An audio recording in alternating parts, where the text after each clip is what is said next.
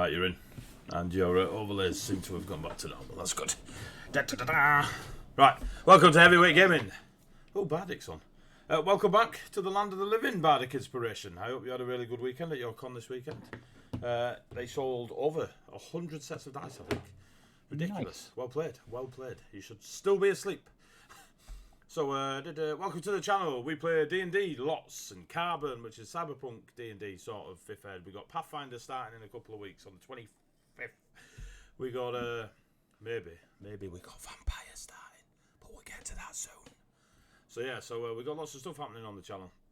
That's right, you beady-eyed little ginger bastard. So yeah, back at work tomorrow, lunatic. I can't be asked. I'm absolutely knackered. Social media. We're on oh Jesus, it jumped to 14. Hello, welcome to Heavyweight Gaming. We are a D&D channel. We're on Instagram, we're on Twitter, we're on the other one, Book of Faces.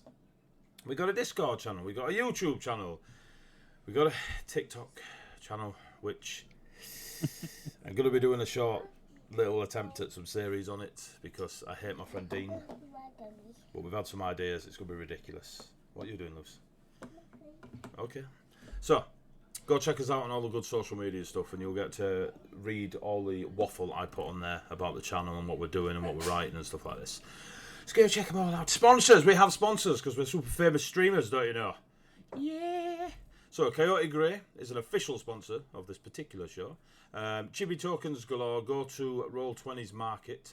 Type in Coyote Grey, follow the link in the chat, and you'll see lots of Chibi token packs there. Unbelievable. And I bought them all immediately when he brought out his Cyberpunk pack. I bought that as well. I'm a big fan of Chibi art.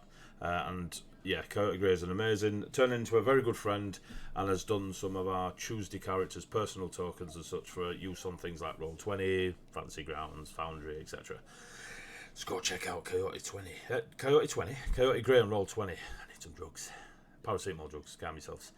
If you look at the little chibi artwork on the characters around our beautiful people, they're done by Becky Appleyard. So if you go to Facebook and put in Becky Appleyard art, you'll get to see all their lovely, quick and cool chibi art.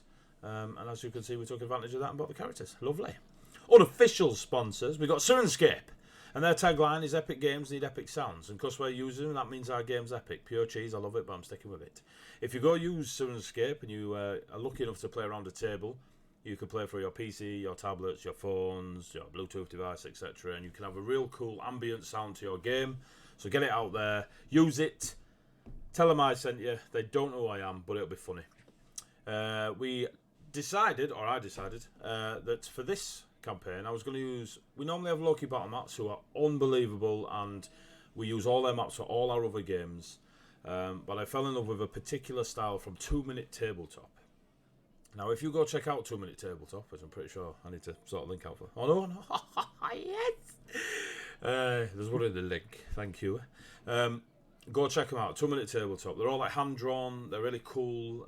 You can see from like their early maps right through to the ones they do now that their design and their personality is put into these maps. And I fell in love with them straight away.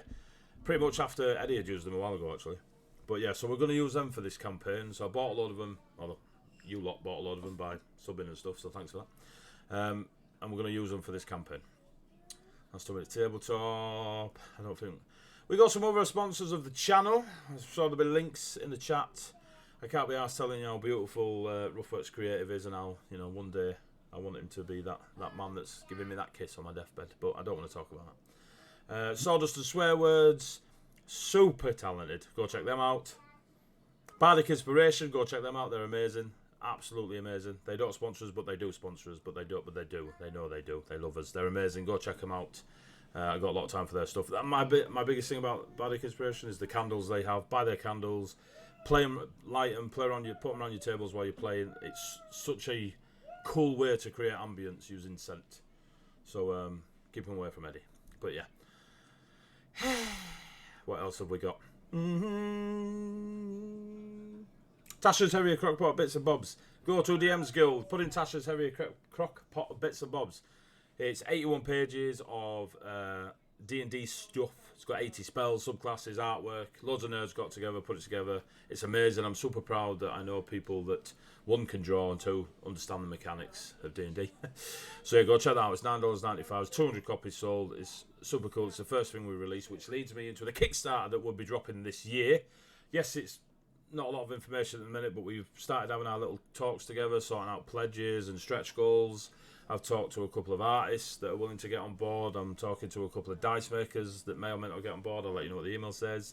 So we're putting and we're going to do a source book, first proper source book of Atoria, and it will of Colossus, and it will be based on Atoria, which is our Monday campaign. So everything we make up, I put it in the book, claim it as content. It'd be brilliant. Canon.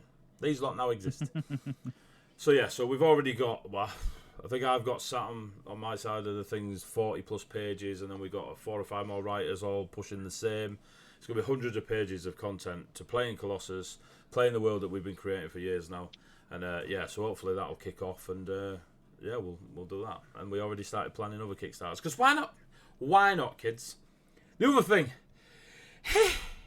Heavyweight Gaming has teamed up with Dean Hassel Media. Go check out Dean Hassel on TikTok. Mother Kipper's quite popular with his old geeky TikToks. He approached me to write some stuff. A bit of story. It turns out that we're running it together now. The Crafty 2. You heard it here first. So, we're going to make 3 15-minute short films. 1 3-minute short film. And if he gets his way, he's asked me to write a 90-minute and a 2-hour. I was like, okay, I'll see you in 2048, kids. Alright? So we're making movies. So you'll get to see Colossus live action. It's probably us lot in his LARP kit, but don't tell anyone. And Samuel Jackson. So, is that it? Am I done? Rerolls. Jellysaurus. Ooh, full feature length. You say that, Jellysaurus, but you're making the props for it, so have fun. Right. Bits. Last week we took the cap off these bits. I hate you, Dwarf Warrior. I've not even finished the sentence. Thank you. If you want... Where is it, Bardic? Where's my spiel? If you feel sorry for these adventurers... Let's do the crockpot. If you feel sorry for these adventurers, you can... there we go. Donate 200 bits / cheers to give them a party reroll. You took my monkey face out. I did my monkey face. You could give them a reroll. It's 200 bits. They can't be used on any of my rolls. They can't be used on death saving throws. They don't roll over to next week. However, we no longer cap them. So if you are feeling generous enough to give this lot a ton of bits to have rerolls so they survive the death that I throw at them, so be it. There is another cheeky rule requested by Dwarf Warrior. If you donate 500 bits, I get a reroll. I think it's madness, but if you lot want to absolutely screw over the players, feel free to give me a load of bits. I will happily reroll my nat ones as I smash them in the face with roleplay. Not doing it. Is that it? Are we good? We're good? Right, let's get a recap going. You lot, where's my Simmons skate? Yay.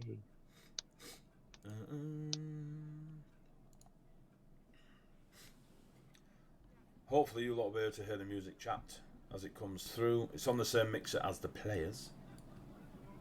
So if it is a bit quiet, I do apologise. Right, so recap. Over the last 3 sessions, I can't believe we're on session 4, it's ridiculous. You've been playing a month, kids. Over the last 3 sessions, this lovely display of specimens that you can see before you, I've been running around a icy cold mountain, or at least within its depths. They discovered necklaces that were put upon them in magical means. They threw 5 of them to the nebula void when they opened a portal to space and beyond, and Picard flew past. Velk kept hold of his. They potted around. They fought some 2-headed snakes. 6 heads, 3 tails. No tails, 3 bodies, whatever. There were 3 snakes with 2 heads. They beat them up. They skinned them. They got some stuff. Remember, you've got that stuff beyond. It will go off. You then discovered that there was a cave full of crystal, a clear crystal. It's very brittle, but Rhea, the moon druid, managed to remember that it was used for young, aspiring arcane practitioners, whether it be divine, arcane, or druidic. And it kind of gives them a little bit of help when they're first learning their cantrips. However, this cave was absolutely jam-packed with it. And there was a musical essence coming from the cave. after you killed the crystal bear. And Velk survived getting strangled by his own necklace. It was wonderful. Bjorn tried to help by shooting him. He thought if he decapitated Velk, there'd be no neck for the chain to hang around. I mean, it was flawless logic. The logic works, right? Thankfully, Velk did not die, and we didn't have to buy more artwork. So, following the cave through, you ended up in a mushroom cave, and you fought a large mushroom creature like a guardian of the grove type thing. The mushrooms themselves gave you a protective aura if you interacted with them. They weren't great for chewing unless you were lucky enough to be healed by them, or unlucky enough to be poisoned by them. You found a statue. Looking at this statue and trying to work out the way the robes were positioned, the colouring of the gem dust in the bowl, in the Tupperware box in its hands, just for Rich, you discovered that it was a forgotten deity of sorts. However, those of you that rolled really high, you are aware that it, for some reason, represents the 6 and the 1 that refused. And that was the information you took from the statue. Velk then identified the statue, because he's a bastard. I tried to be all tricksy and vague about it, and then realised he's just identified it. I got to tell him everything that's on the notes. So I activated the teleportation circle, which will take them anywhere in the world. Anywhere in the world. Yes, it was a moment where I, as the DM, had a little bit of a squeaky bum moment, and I stared at my many pages, my many Rizzler packets and beer mats of notes when they went, we're off left. Turns out they went to Atoria, which is good, because that was the map we had on the stream, so thank the Forgotten for that. The teleportation circle you appeared in on the other side, the room within you was made of beautiful wooden planks, all in a perfectly symmetrical way.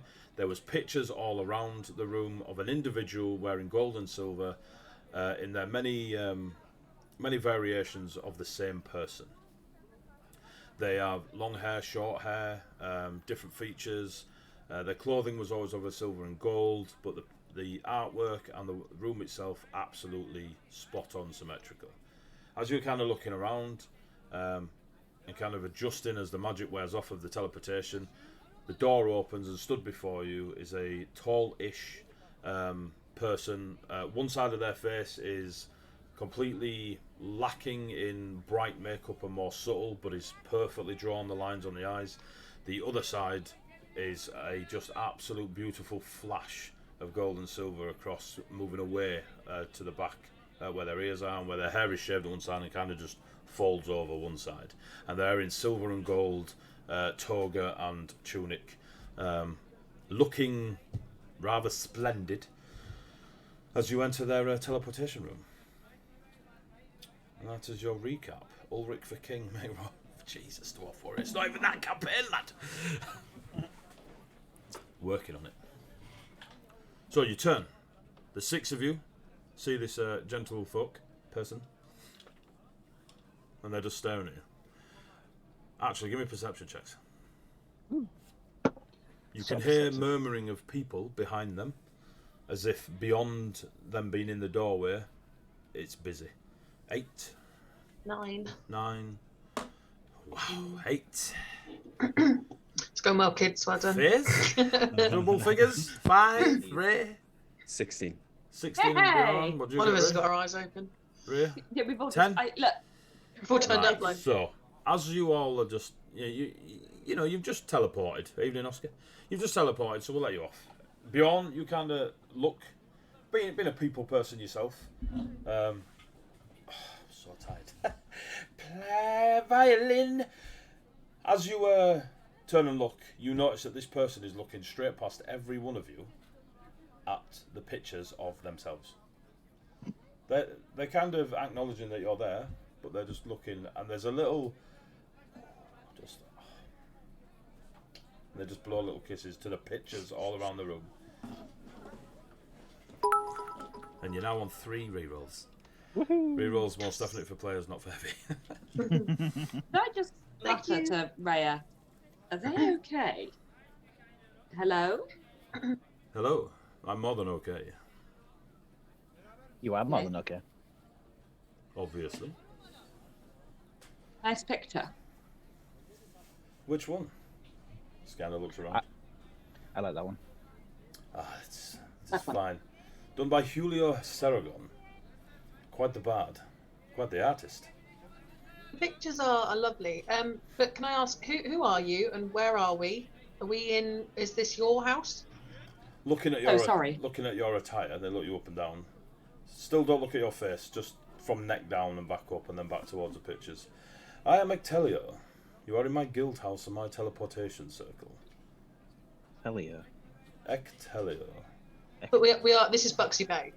This is indeed Buxy Bay. This is. Sorry, you said this. You are at Ectelio, and this is the guild house of Ectelio. It is one of my guild houses, yes. I have many, but this is by far my favourite. And carries on looking at the pictures. And just every now and then blows a kiss to themselves on one of the pictures. Those of you that aren't local, I would like to. This isn't normal behaviour for Autorians. We don't all do this. Not all Autorians could do this. Why are you in my teleportation circle? Why are you so stuck up? Wait, Because I can be. Why are you Why? not?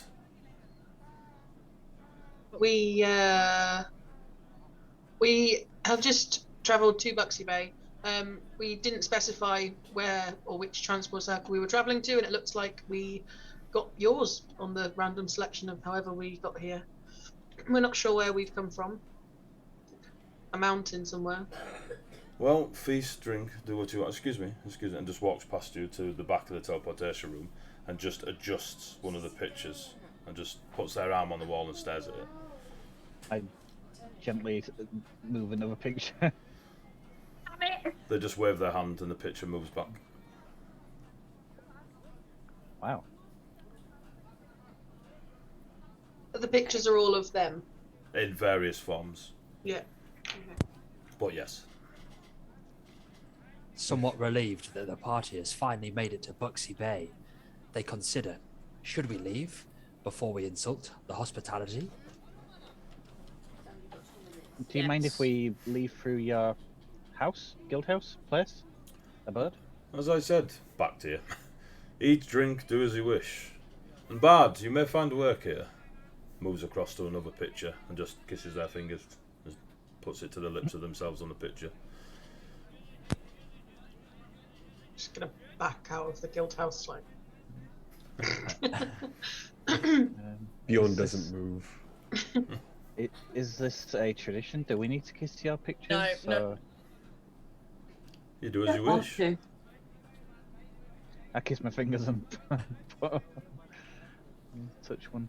Which one do you touch? Slut. Long hair, short hair. Describe a picture that would please Etheria to touch. Or is Etheria just like any? If there's any with quite almost undercuts or anything like that, that one. Cool. Couple of pictures round. There are many of this person. As you kiss your fingers and touch the Biggie. As you kiss Biggie, As you kiss Biggie. you place the kiss on the lips of the painting. Give me a charisma saving throw.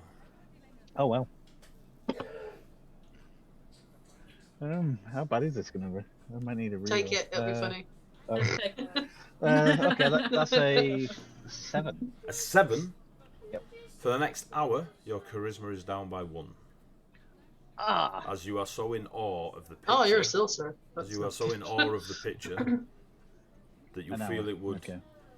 be an insult to be, let's say, more charismatic than this person. Oh well, I'll probably. Oh, Dwarf Warrior, cheers for the gifted, mate. Thank you very much. Ew, Oh well. Ooh. Thank you. See you later, dude. Nice one, Dwarf Warrior. Thank you. Hat train. Choo choo. Thank you. What an absolute fucking cutie. So, Althea, you leave the room. You said you backed out of the room. Yeah, really confused. Is anyone Remy else on my backing out? wrist. Yeah, I'm fully going with Cool. Althea. I'm like, You've just dragged Remy out, yeah? Yeah, Remy's coming. Cool. I'm not backing out. I'm straight up turning on heel and just out. Cool. Like I'm straight up disgusted by this. They He give looks no like fucks. an angel. He looks like an angel. But he definitely isn't. Yeah, but we know he's lying, don't we? Looks like an idiot. He looks like an idiot. I mean, angel idiot. You That know is what I better. mean? That is better. Live on the internet. Right, last week Eddie it was just a got sausage. owned by a 10-year-old. Every Woo, session, hype Ed. train. Every session. We got 100% on hype train. Oh, nice, thank you. Woo! Mars. So, Rhea, Faze, Althea have left. Etheria, I'm just blushing just looking at this guy and the look behind me to see them gone. I'll run out. Velk, Bjorn. Bjorn, you said you were staying. Velk. I'm sticking around. I'll just be smiling and then I'll walk up. Just I love the permanent, like, it's fucking genius. What's Velk doing? Just smiling. Just smile and wave, boys. Smile and wave. You know, he's not really a bard, he's actually an assassin. he's evil genius. Yeah. The BBEG. Oh, are these hanging from the ceiling, he ain't? Yeah. So, Why, yes! Why is... Fuck off, you little Cheers, shit. Rolf. Right, let's get on with the game, kids. Yep. Stop taking their money. Bjorn, you stay in the room. What you doing, saying, are you having a go? Do you want to pull out the Eldritch Blast? Having a go. The DM lost the player. Definitely a button. Ectelio, Yes. you are the leader of your guild, yes? Well, it's my guild, yes. Do you keep close tabs on the performers who travel for your guild? I do not. I do not care what they do. Do you have any among you who keep tabs on them? Anyone they report to when they return? Speak to Alexander. They know. I have come to Etoria looking for a member of your troop or your guild. They have stolen something and it must be returned. They kind of look at the floor, still their back to you, look back up at the picture, and you notice that their eyes are closed. And their heads moving as if music is playing, but you hear nothing. And they just kind of shh towards you. I have such a good voice. Go look downstairs. I'm sure you'll find somebody of, well, I'm sure you'll find somebody. Plenty of thieves. Steal it back. This Alexander is here? Yes, Alexander is here. They're always here. They're the ones that deal with the gold. Give me an insight check. Insight check. Okay. 19. 19. Gives absolute no thought to the word gold. It's just almost distaste at the word. But you can clearly see there's a fair amount rocking around the place. Thank you for your help. Yes. You are. And just carries on looking at the pictures. I think we just got 5 rerolls from Biggie. For fuck's sake. We got 1,000 Thank bits. you. Thank you. Looks like you're going to college, Sam. Who's keeping notes of our rerolls? We've Not got me. 8 currently. 8. 8. Okay. Cool. And AD's got 1. Yeah, but I can also cheat, so. 7 nat 20s in a row. So. And then I will leave. Bitch. And then you leave. As you go out into the guild house, it is a. I'll tell you what it is. You lot don't notice this first, obviously leaving Bjorn in there. As you turn out and you can see in front of you, it is a landing way that goes all the way around. There are no ceilings from where you are. You are.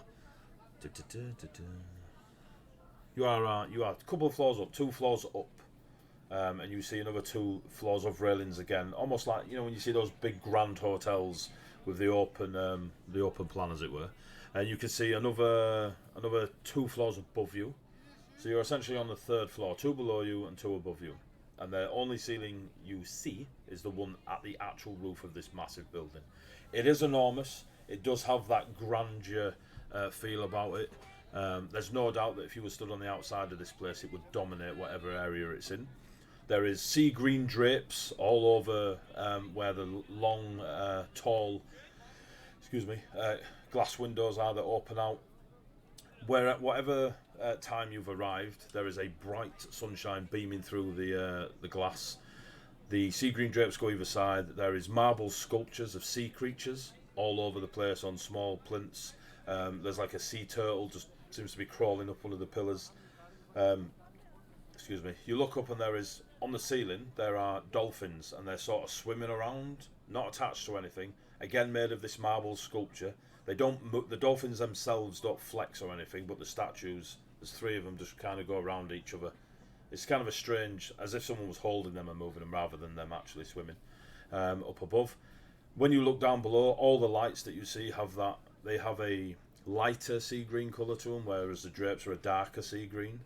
There's a lot of silver and gold filigree around the pillars and that decorate some of the drapes. And it is a beautiful, very expensive entertainer's guild house. The people you see are overdressed, underdressed, dressed in great finery, all of tunics and togas. They're wearing sandals. Some of them are pretty much wearing rags, and they're kind of stood up by a table, and there's a few young folks that are around them, and they're giving it their all. Scruffy beards, their hair's unkept, but whatever they're spinning this tale of warriors fighting across the seas or some such, these young folk are completely taken in by it. There are musicians. There are folks that seem to be frustrated with the writings they are performing on bits of parchment that have kind of just been tossed aside and thrown into fires. It doesn't take you long to just kind of go, oh, okay, everyone here, and then you all look at Velk. Velk, you walked into, the Elysian Fields for Velk.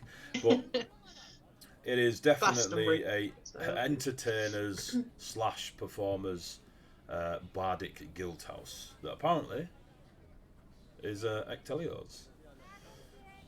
What do you do? Catch up to the others. Catch up to the others. Okay, you're all 2 floors up on the landing. There's doors that pan off into other rooms. Could I grab Bjorn and ask if he received any information about who to ask about who might be in the guild or who to speak to? You can if you want. Bjorn? Yeah. Ectelio told me to try and speak to an Alexander. Perhaps we could go down and ask around for them. Actually, yeah, I'd love that. Thank you. I'll come with you. Has Perhaps a Ectelio drink? left? Oh, sorry. Yes, a drink sounds great. There you go. I'm Has going to keep Ectelio- my eye out for food. Sorry. Sorry. You were saying, Althea? I was just going to ask if Ectelio has left has he followed us out, or is he still in there? They are still in the teleportation room, and if you even remotely look, they're still interested in the pictures of themselves. Can I just stick my head back in and just go? Would you know of any armourers or weaponsmiths that would have things for sale in the area? Yes. Go out the door, turn left. Good luck. Thanks for the very vague Yes, you directions. Him so much. I'll rejoin everyone else, just sticking my thinking. You get anything useful? Is that loud? Some vague directions towards somewhere I might be able to buy a shield. You asked him? The one so focused on his own image that I could probably ask someone that would give a bit more in-depth instructions and go out and turn left. So. About your shield, Althea? Pardon? About your shield, I feel bad because through my actions, it was the reason that your shield was destroyed. I would like to perhaps put some money towards a new one. Oh, thank you. I do have enough to cover it, but yes, that would be greatly appreciated. It is the least I could do. the doors would not have closed and crushed it had I not pulled the chain. So, I mean, the what's-her-face ended up staying behind anyway, so it was kind of... I mean, saving her life at the point was probably you're the best just thing trying to do, make but- me feel good now, so that is Oh, fine. yeah. Remy just pipes up. I quite liked Tabitha till she left us. You did not know her for as long as we did. Yes, you knew her for like half an hour, Remy. and she was she did- quiet the whole she didn't- time. She didn't drag me anywhere or kick off when I gave her a potion. I'm just putting it out there. Are you alive? Are you well? For one of them. Do you have some snake fangs that were really hard to pull out of, snake mouths? Yes. I do, yes. you do. I can make stuff in them. Yeah, In fact, no, I wonder that's why I if they've did got it. anything around here. And you see Remy leaning over the balcony, just a little bit too far. He's leaning over the balcony to see if he can see any alchemical types. Have they all got liars? Just smile and shake my head at him. I'm going to keep my eye out for food while I'm following them. Oh, cheers, super Thank sauce. you, super sauce. You lot have been a bit legendary tonight. You want to calm yourselves. It's Monday for crying out loud. Are there any tables free to sit at downstairs? It's one of those yes and no. Can you see one? No. But the amount of people down there and the amount of tables you see, you can't actually make out if those 5 people are sat at that table or if they're just near it, or it's definitely big enough, you would assume, to hold many folks' attention if they ever needed a seat to listen, to sing, perform, etc. You're pretty confident you could find somewhere to sit. And is there a bar? You can't see one from here. But there are people with drinks, goblets, tankards, cups. I was just, wondering, like, British, European. Do you have to go to the bar? Is the table service? It's called the Red Lion, you know what I mean? There's the football on, it's, Oh, I don't like them kinds of bars. I'm looking out for food, so as we're walking past doorways and stuff, as we're walking downstairs, I'm going to stick my head in each one and see what's in there. Into the rooms on your way down? Yeah. Okay.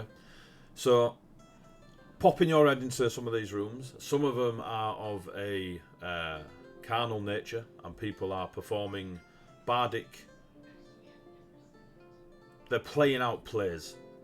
They're role playing. But there's no dice. There are others where there are folk that have just got like it's an easel in it, the thing that you rest the canvas on, and they're painting, and just obviously they look out the window. Is there inspiration or some such? There are others that are playing musical instruments, but it's completely soundproof from the door to where you are. There is a mix and match of that as you work your way down to the ground floor. Some of you just keep working your way down, popping. There's a few that are empty. All have the similar decoration of the sea green drapes around the glass windows. There's some of them, there is moving imagery on the walls. And checking out who's in there, there are folk that are singing in different languages, and it's as if their voice is manoeuvring the imagery on the walls. There's one or two that are doing puppet shows. They've got small little puppets and they're putting them together. There's a few that you notice that the attire of the puppets are similar to Althea's.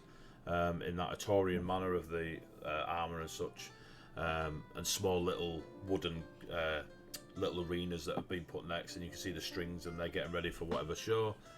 There is a lot of that. Your performers, your entertainers, every manner of bardic profession you can think of, you will probably spot them practicing in these private rooms. No one bothered that I'm sticking my head in. No one bats an eyelid, to be fair. There's the odd couple that kind of look. You get a lot of dashing smiles, as it were, well-practiced smiles that remind you of the fake politics of some of the clans when they meet. But and then a few genuine. But people are there that it seems quite common. And looking around, like Atoria is full of humans, Goliaths, halflings, tieflings. Most of the tieflings you see here are very light in colour. They don't hold the dark reds and dark purples that you hear in some of the stories. You may have heard, in fact you have been a demon hunter. The tieflings in Atoria are known as soul scorched, and they're somewhere in between fiendish and celestial. People look into it all the time, and they're kind of Celestials call them fiends, and fiends call them celestials, but they are known as the Soul Scorched. I lean into Althea. Althea considers her purpose in Buxy Bay, considering the thoughts of the Spring Festival and representing the House of Petrus. Glad you're here to remind me. Can you just send me your notes, Velk, just so I can keep up? Yes, I will. As we're walking around, sort of keep an eye out for any sort of fighting, like if there's like, you know, like the not street fights, but like sort of honourable fights for. I say honourable fights for money, not like a punch up. This is like there is definitely displays of that's sword craft. Yeah. Well, weapon craft really. There are folk with smaller blades spinning them and on their palms and over the fingers. There are those with rapiers and scimitars. There's even when you first lay eyes upon them, they are a tall, almost white tiefling, and they have a curved greatsword like a falchion but a bit thinner. And they are spinning around, dancing it. There is a long gold rope off the end of it with bright red tasseling at the end, and as they spin the sword over and around, it does a small dance. There is a lot of performing here, whether it be of martial or anything. Those with magic are creating things. Those with weapons. Are there any like less of your thing? It'd be more show of skill rather than how one could win a fight, if you know what I mean. Yeah. If there are any people like challenging, you know, like I'm the greatest, kind of no one can beat me, 10 gold if you can beat me, that kind of thing. I'll be interested if we see any of those. But I'll just keep an eye out for anyone that's looking like they are. As boring as it is for Althea, most of the folk in here are practicing their skill rather than it's a bardic Fight me for guild. money. It's a bardic guild house. Are there any arena thugs in here? Yeah. Does anyone want to Where's fight? the barbarians? Where's the barbarians? Yeah. I'll lean in and be like, the tales are often not made where they are told. More when we leave, if we leave the guild house sort of in the streets and that kind of thing, I'll be looking for people. But Okay, so if you leave, we'll get to that. yeah. But at the minute you just blended in, listening casually. Yeah, just listen, like I said, yeah. If anyone, are there any people? So it's a Petrus was a Dominus. Is that right? Is that what you call it? Dominus is a word. So Arfentes is more Etorian, Dominus is more Quran, but they mean this. They cross over a lot of the languages. Yeah. If there's any other gladiator type people, like even people wearing kind of armor at all, I'll probably listening and try and join their conversation. But at the moment, if they're just give me a perception performing, check. Gonna go batter a gladiator, an actor dressed as a gladiator. yeah. Just Gerard Butler on the side, like 14. 14. So you obviously had announcers of sorts in the smaller arenas, and most people that have a membership to the official canon gold, it's almost having a license, is just a Colosseum on a badge. And it's not like a 3D Colosseum, it's almost 2D and just flat on an oval shape. And they usually fasten their togas with them, or they'll be on a belt, or just pinned to a tunic. But you do see a couple of announcers, or those that would herald certain fighters with their Colosseum badges on. And you can, just from this distance, you can see they're kind of trying announcements on each other, and they're like nodding and writing, making notes for when they next announce a fighter. They earn gold just as you do, not in the same way. Bring me 5 lions and a bear. Yeah. No, that's cool. I will let everyone else carry on and then maybe Cool. chat. So I'll just go around you all and then you let me know what you do. I mean, this is a massive guild house. You could easily lose each other. It's that big. So if you go wandering, let me know. Velk. I will be following the majority of the people. wherever the story goes. Brilliant. The vaguest thing I've ever heard in my life. I will be playing D&D. Let me know when I need to roll a dice. Etheria. We'll get back to you, Vel. I'll wait for a trigger, mate, and then see what you're going to do. Exactly. Etheria. Yeah, so still sticking me head in the rooms, getting really interested, a bit embarrassed by some of the roleplay going on. So it's felt, you're a bard. Do you do this stuff? Do you do painting? As that guy was painting a naked tiefling. Do you do the roleplay stuff? Do you? What do you do? I smile and just nod. You hear Sweet Home Alabama going off in the background.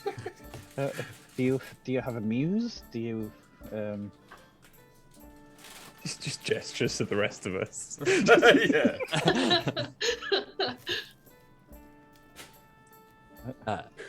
So you said I have a muse. Yeah, like I'd literally be like that.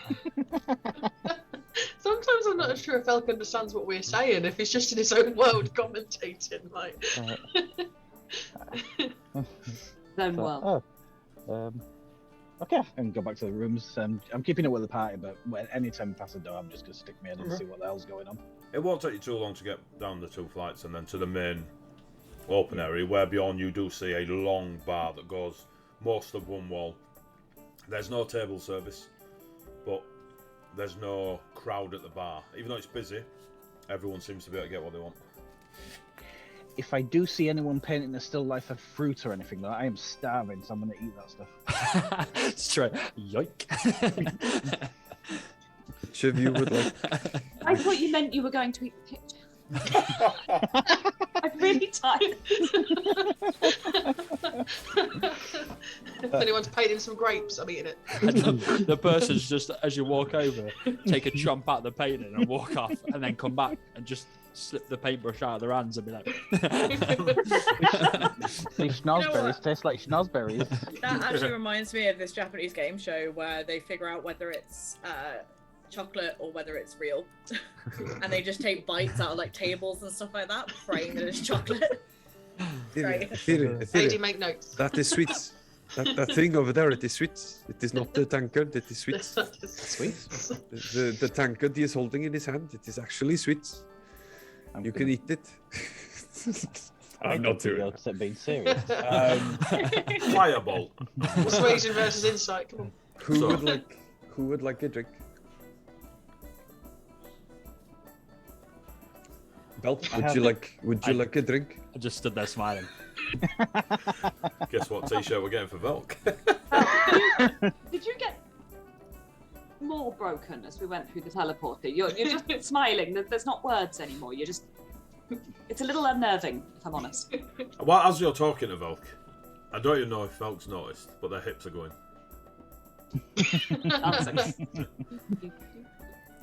Okay, you're just vibing.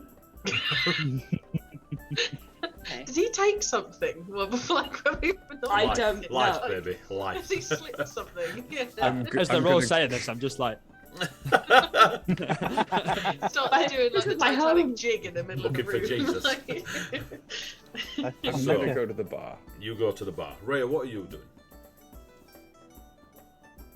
Vibing.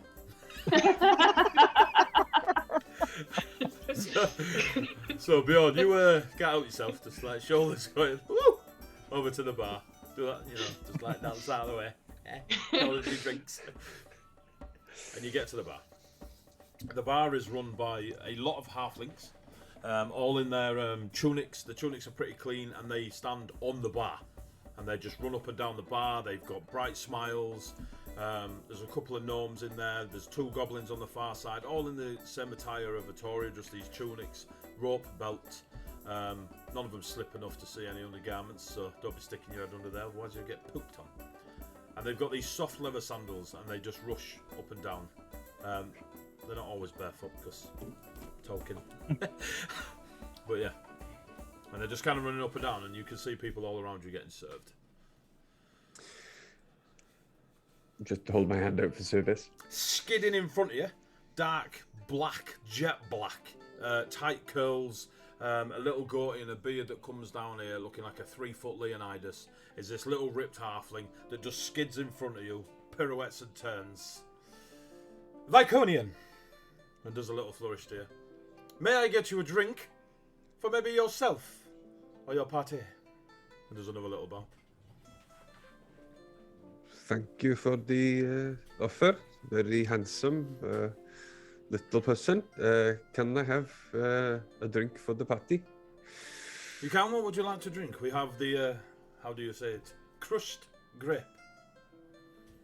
Just wait for it here. Wine. It's wine. It's gravy time. I think wine would probably be turn back to everyone. Wine? Everyone's just about fire.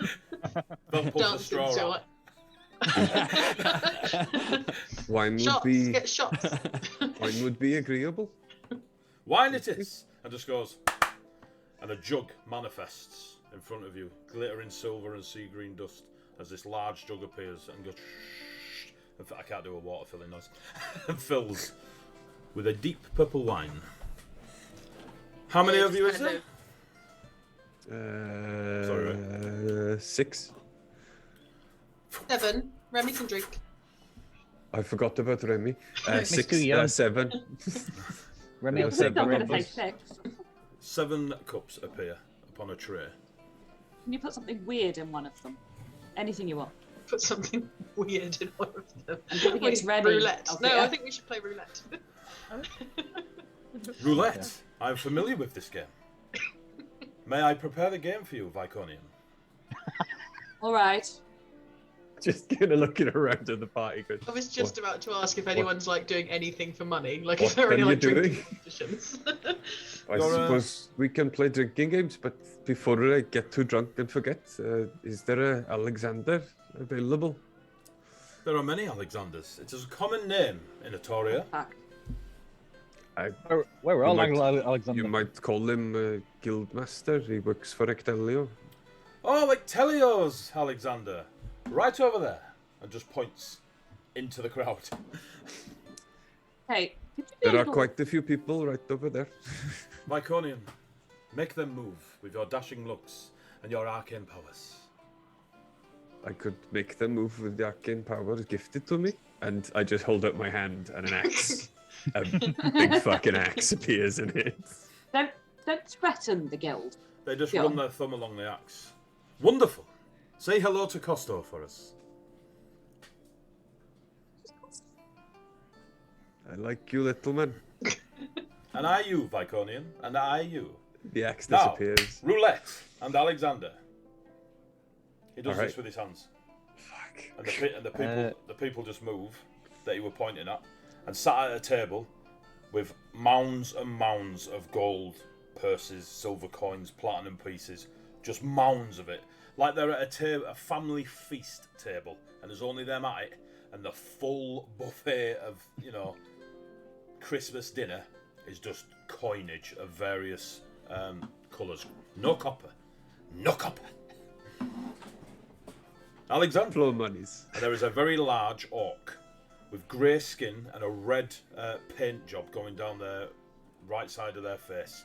It looks like they've essentially put their hand in red paint, rubbed it. It's not a handprint, but they've put it on rough. And they are hefty, athletic, similar to Althea. They're not like a massive half giant. They're just a large orc with an athleticism similar to Althea's. The robe they are wearing is pure sea green. That matches the drapes with a gold belt that you could just see the tassels below the table. They are barefoot, and the table itself, you can see their knees beneath the table. The shadows cover the good bits. And they're just there, and they are counting money. Their head is bald, and they have a beard that just grows down the side here, doesn't join at the chin, and just 2 braids that come down here. Alexander. Now, Viconian. Roulette. Are you ready? How much is this going to set me back? If you die, more than you think. But if you live, the sweetest crushed grape you have ever tasted, my Viconian friend. If you do die, you can sit beside Costo and drink. And remember, like Telio's guild house in Buxy Bay. And that one time you lost at roulette. We'll look around at everyone, wondering if I should. Remy kind of looks at you all. Should we really be drinking stuff? We don't know what's in it. Yeah. No, you should. Yeah. I will play roulette. Yeah, you will. I will play. Yes! Yes! Roulette, everybody! Roulette! And you see loads of halflings just come running down the bar. The goblins and the gnomes, they're on there, and they kind of just gather around you, and the bar bends around you. And you're now in the middle. You know, one of those ye olde Hawaiian bars. You're in the middle. This wooden bar has just kind of bent around you. All these halflings, gnomes, a couple of goblins are all around you. Roulette! Roulette! Roulette! The young, the hobbit, halfling even, the halfling Leonidas. Haha! I've waited so long for this. Spins the tray on their hand, and the 7 sort of start to spin. The jug doesn't spin. Starts spinning and spinning and spinning. Ready when you are, Viconian. I hope this isn't a con save, because this is going to But it will be. Good luck, Bjorn. Remember about my shield. Drinking has gone really well for you so far. Drinking anything, including by the time you throw up Black Goo. Go for it. Glad this is him and not me. I'm gonna. Milk, write this down. As you Choose reach it. out, as soon as you reach, the tray stops, not a drop is spilt, and you see the 7 cups, all with this deep purple wine in them. Ready when you are, Viconian. Holding on to Etheria like this. So you take Is it. Go on. there anything different about any of the cups that I can see? Give me a perception check at disadvantage.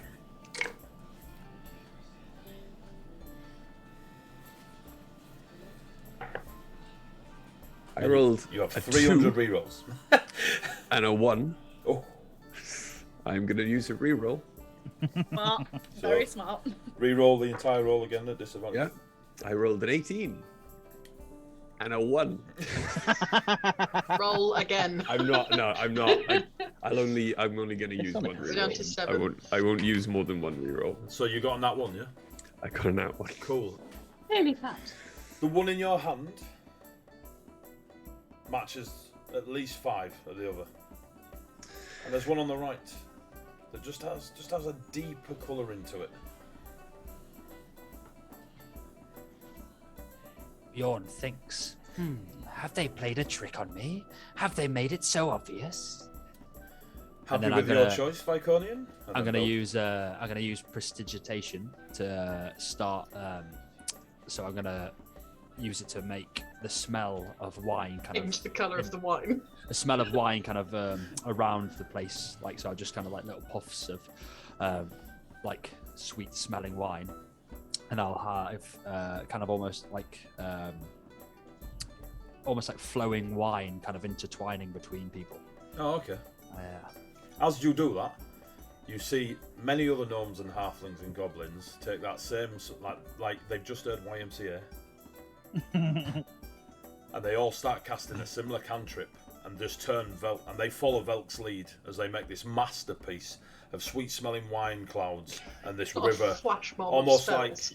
like you know where the Chinese dragons fight each other in mid-air but made from wine, and the bearded halfling with the tight curly black hair looks at you, Bjorn, and is ready for whatever happens. They are so excited for you to take a swig of this. Are you happy with your choice, Viconian? This one looks rather peachy. And points at the one that's darker coloured. Also, your perception is spot on. Eyes of an eagle. Eldritch sight, mate.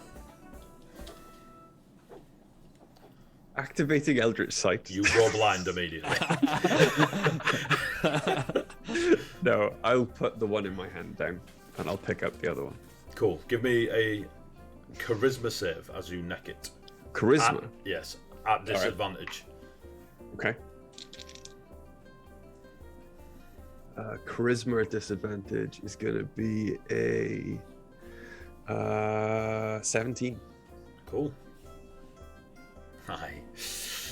think you've missed, but you might have done it. Let me check.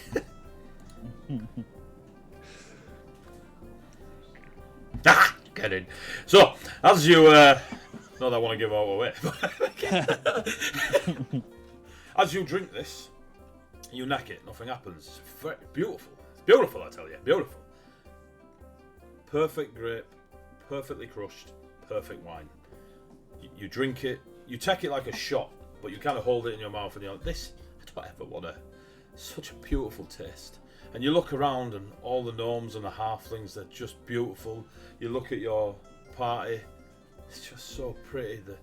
You see the dark fae from the forests and their soul. You see the wonderful soul forged and the celestial light of the other Asimar. And the beautiful twinkle on the amethyst gemstones of your dragonborn friend.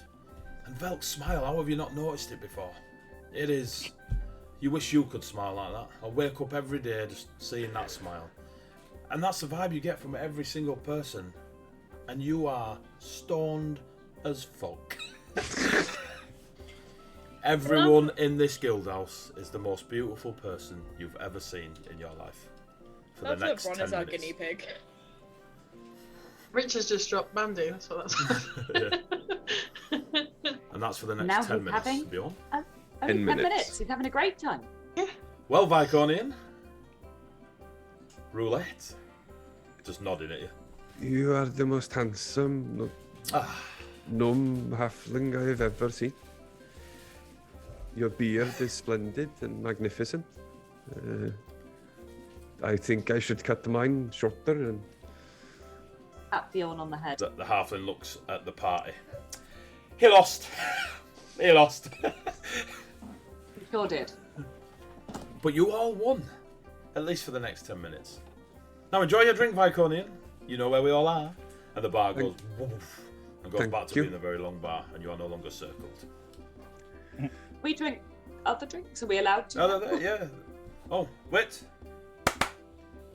Now you can drink. Does anyone drink here for, like, do you have competitions? Is there the opportunity to drink someone under the metaphorical table? You look over near the door. There's a big wooden sign. Fighters exit here. Those with high con do one. Except you, No. you can stay. I know what I'm good at. It's very few things, but that's one of them. There are many folk, Princess of the Sand, that will try and drink you under the table. But I fear some will win and some will lose. As this halfling Leonidas comes back over. That's not his name, but I might have to change it to that. Point me towards someone who thinks they would win. A moment. And a wooden plinth raises them up on the bar. Attention, everybody! And their voice booms out in a way that you've seen Velk cast thaumaturgy and such before. Who here can drink Princess of the Sand under the table? Hero. Would-be hero. Thank you very much. The would-be sandy hero under the table. Someone just shouts back. Which table? Which table? Any table they choose. It is a table of your choosing. I'll do it. Just see a half elf at the back, just moving some of their ink wells away and stuff, and scrolling up some parchment. This table, though. What's wrong with the table? I'm just going to lean to Fairs and say, they do mean a drinking competition, don't they? At this point, I have no idea. I'm alarmed. I'm on the other side of Faye, slowly reaching my hand towards the Soulforge side, just because it's so pretty. And I want to see what it's like. Hello, Bjorn. Raya Are just you slaps his okay? hand away. I am sorry. You're very beautiful, and Raya slaps his hand away again. It's okay, Rhea. He can touch it. It's it is sparkly. I like the amethyst too. You can touch my head. Go on. Okay. is it cold? The Soulforge side. Not to you, Bjorn, right now. Hard to say to you. It is. Rhea kind of hovers, ready to slap the hand away again. It is very warm. It's strong, Bjorn. It reminds you of strength. You are unbreakable. This. You smell of the forest, and I point at Ray. Fucking hell. Forest spice. You You know what I mean? smooth bastard. Like, Oh, attention's bad, like, Rhea will just go, oh, Duh. I'm from the forest. So, it kind of makes sense. And she just kind of like sniffs herself a little bit. Like, Is a good thing. I'm literally going to wander off into the crowd. Cool. That said, eyes gone. Althea, are Gone. you rocking over to the half elf? yeah. Cool. As you get there, they're in a pale grey, like a smoky grey toga, and they've clearly been writing. They scroll everything up, wrap everything up, roll it up, put it out the way. There's nothing on display really, apart from a few chicken scratches of like a couple of Atorian names, mention of different races. Maybe they're putting together something. So yeah, I'll drink you under the table if you want. What are the when you say drink me under the table? It is to drink until one of us is too drunk to no longer drink. There is no. So why are we under the table? It is a saying of ending up on the floor for not being able to walk Just anymore. wraps their blonde hair up and then puts a quill feather through it just to hold it. Okay then, let's get really drunk. Yeah, like obviously. Leonidas and the Yeah. the tightly black-curled halfling comes skidding down the bar, does a little hop and a skip, somersaults off the bar, lands on the table that you two are about to drink at, but doesn't shake the table, lands as if they've landed on the soft grass, with a tray in their hand and 2 tankards. Just puts them down. They'll stop filling when you stop drinking. Sandy Hero. Thank you. Leonidas, while we're watching Yes. them do this drinky thing, do you do sandwiches or food or something? Never heard of a sandwich, but we definitely do food. Scampi fries. We do butties round here, fuck all else, alright? No baps, no cobs, no batches, butties. Can I have a sushi butty, please? Fish the butty, butty on from my- its way. The butty from my homeland. Welcome to Buxy Whitby Bay. Yeah. We can That's- provide food, yes. Just whatever you've got going. Good food to watch these two drink under the table. I don't get it, but Trust me. I have seen young... What is your name? It doesn't matter. Sandy Hero, please, ruin this would-be challenger at your drinking game. And you, just points at a dwarf who's scribbling mad on the bits of parchment, getting really angry, throwing it over the shoulder, scribbling, throwing it over the shoulder. You, make notes! I wish a grand song of this evening. What? Ah, for fuck's sake. Just whips out this long piece of parchment, just turns, puts a chair in front of him, puts one leg up. I'm doing all this, and all you can see is my little... I've got legs everywhere, man. And the dwarf just sits back, starts dipping in the quill on the thing. Ready when you are. Sandy Hero, good luck. No name. Don't die. Food for you. Follow me, or I'd pink like beauty. food too. You can have food as well. Whoa. You have a beautiful soul. And the carries on walking down the bar. Thanks. I'll hold Don't my, lose it. I'll hold my tankard up to the person sat with me, and as like a cheers kind of thing, a nod. Cheers.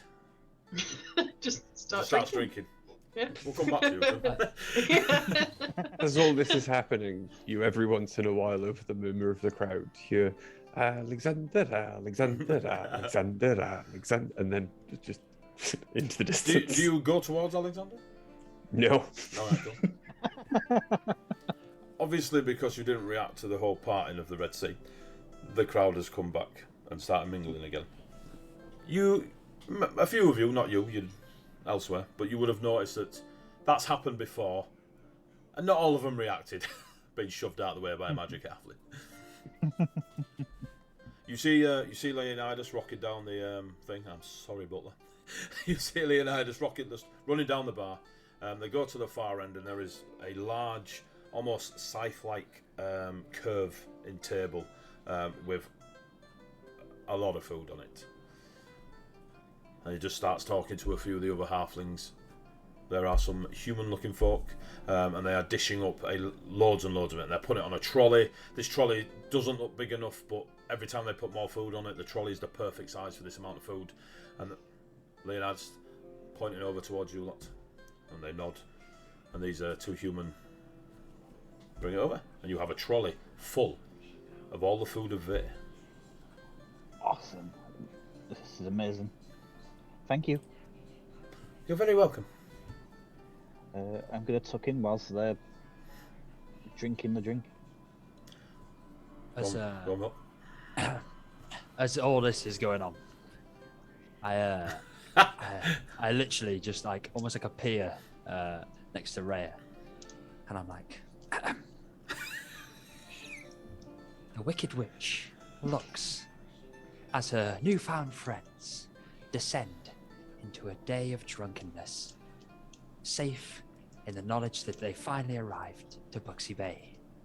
And I just look up smiling, and then I'll start to walk off and head over to the table, like nearby to where they're all sat. But like I'll take which one table? So you've got Alexander, you've got drinking under the table, you've got Etheria nailing a sushi on a trolley. Faye's kind of what you do, Faze? For now, picking up the sushi, but I might go and speak to Alexander in a moment, in my much more sober state than Bjorn over there. And you see Bjorn heightening your smile, basically. if there's like a free table nearby that I can kind of look out to it, like I don't know if it, like if there's a lot of people around, if there's a free table, I can kind of position myself off to the side, but just look out and watch, and I'll more than enough. That's cool. I'll do that, and then I'll take one of the glasses or whatever it is of wine, or the goblets of wine, and I'll take them over to the free table, and I'll sit down and take it all in. To anybody else watching, it probably looks like this is also the first time I've ever drank wine as well. Oh, this will go really well. But I'll just sit there and just kind of take a little sip of the wine. Eddie's about to get method. Is it the first time Volk's taken alcohol? Yeah. Give me a constitution. Give me a wisdom. Give me a wisdom saving throw. I hope that I know what it's like to be. I really want that to get past you with a shandy. You're like, I haven't felt this feeling in years. So wisdom saving throw. Wisdom. Oh my god. 12. That's not too bad actually. I'd say That's not too bad. Yeah. As you're sipping it, just over this small passage of time, you kind of every now and then see Bjorn just starting it up with somebody else. You start to get a little bit like things start to get a bit woozy. Like you're kind of looking around, still got your smile. People move a little bit slower, kind of looking around, and you hear pages. And you turn and you see your book, and the pages are just fucking like someone's got it, just flip book in it, over and over again, and just flying by, and then it stops. You're fully aware that your book doesn't have numbers. It will forever be as long as you are. But it just stops at some pages. And just hovering above one of the pages, there is a dragonborn. More Samos than Tharos of Karan. So Tharos being the more castery type, Samos being the more physical type. And you just see a dragonborn there with red and orange scales, an almost squared head, with a squared jaw rather than the roundish, less dinosaur and more dragon. What a description that one of a dragonborn. Dragonborn's got dragon features. Oh no! So the red and orange scales. They're not in any clothing at first, but then layers start to appear and wrap around them, and it takes on the imagery of Karan, with the lorica and the layered steel, similar togas and tunics to that of Atoria, but more regal, as if they have an importance beyond the casuals of Etoria. They get a short sword, like a gladius type weapon, just appear at the hip, and a squared shield, as strong as most shields that you'll have seen. And they hold the image of a centurion from what Velka's seen in stories or pictures. And they're just there, like a almost hologram that just appears out of your book.